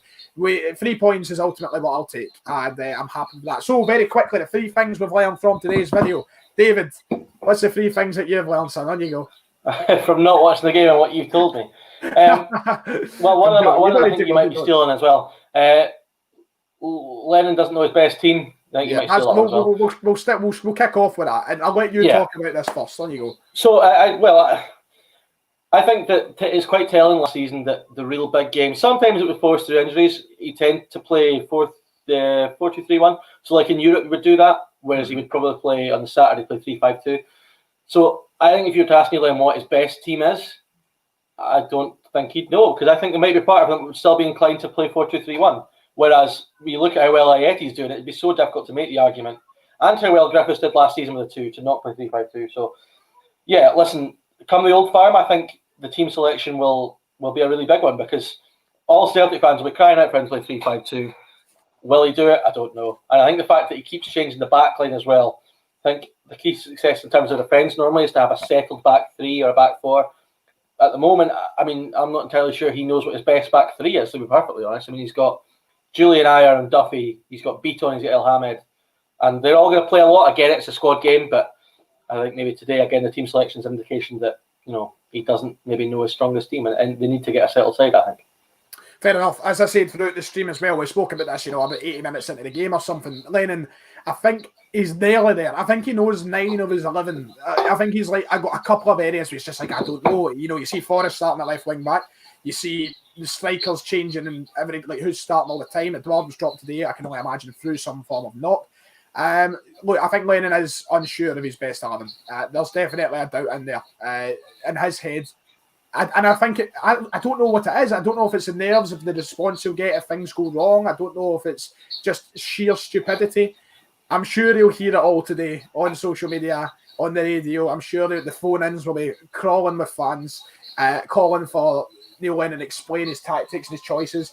Turnbull should have got more time today. It was obviously sub was held back a little bit, but certainly the first thing I think that you pointed out to me, thank you very much, Mr. Buick, that Celtic don't know our best 11. Second thing, move on to very quickly, and I don't know how many weeks in a row I'm going to have to say this. That back line needs a kick up the arse, because these moments where we switch off for even 30 seconds, what does it result in? What did it result in today, Big Dave? 2 goals for Levy, didn't it? Really. Well, one was a penalty, but still switching off. Switching off. Well, to be fair, the penalty was, it was a stone waller, but I think Ayer is just unlucky the way he goes in. The ball hits off his hand. There's not much you can do. He's trying to block the cross. It just doesn't work. But the second goal, Big Kosh, as we call him, sends the cross in. It's gone absolutely nowhere. And what is the Celtic defence doing?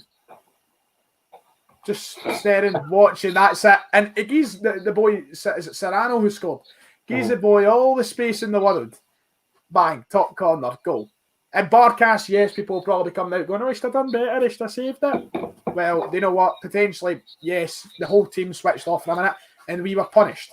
And David, I know you'd be very vocal about what Rangers would do to us if we switch off against them. And I'm not trying to throw you under the bus as the big Rangers man here, but yeah, he's like, the comment section now. Oh my God, he doesn't think Rangers are dreadful. What a hun, man.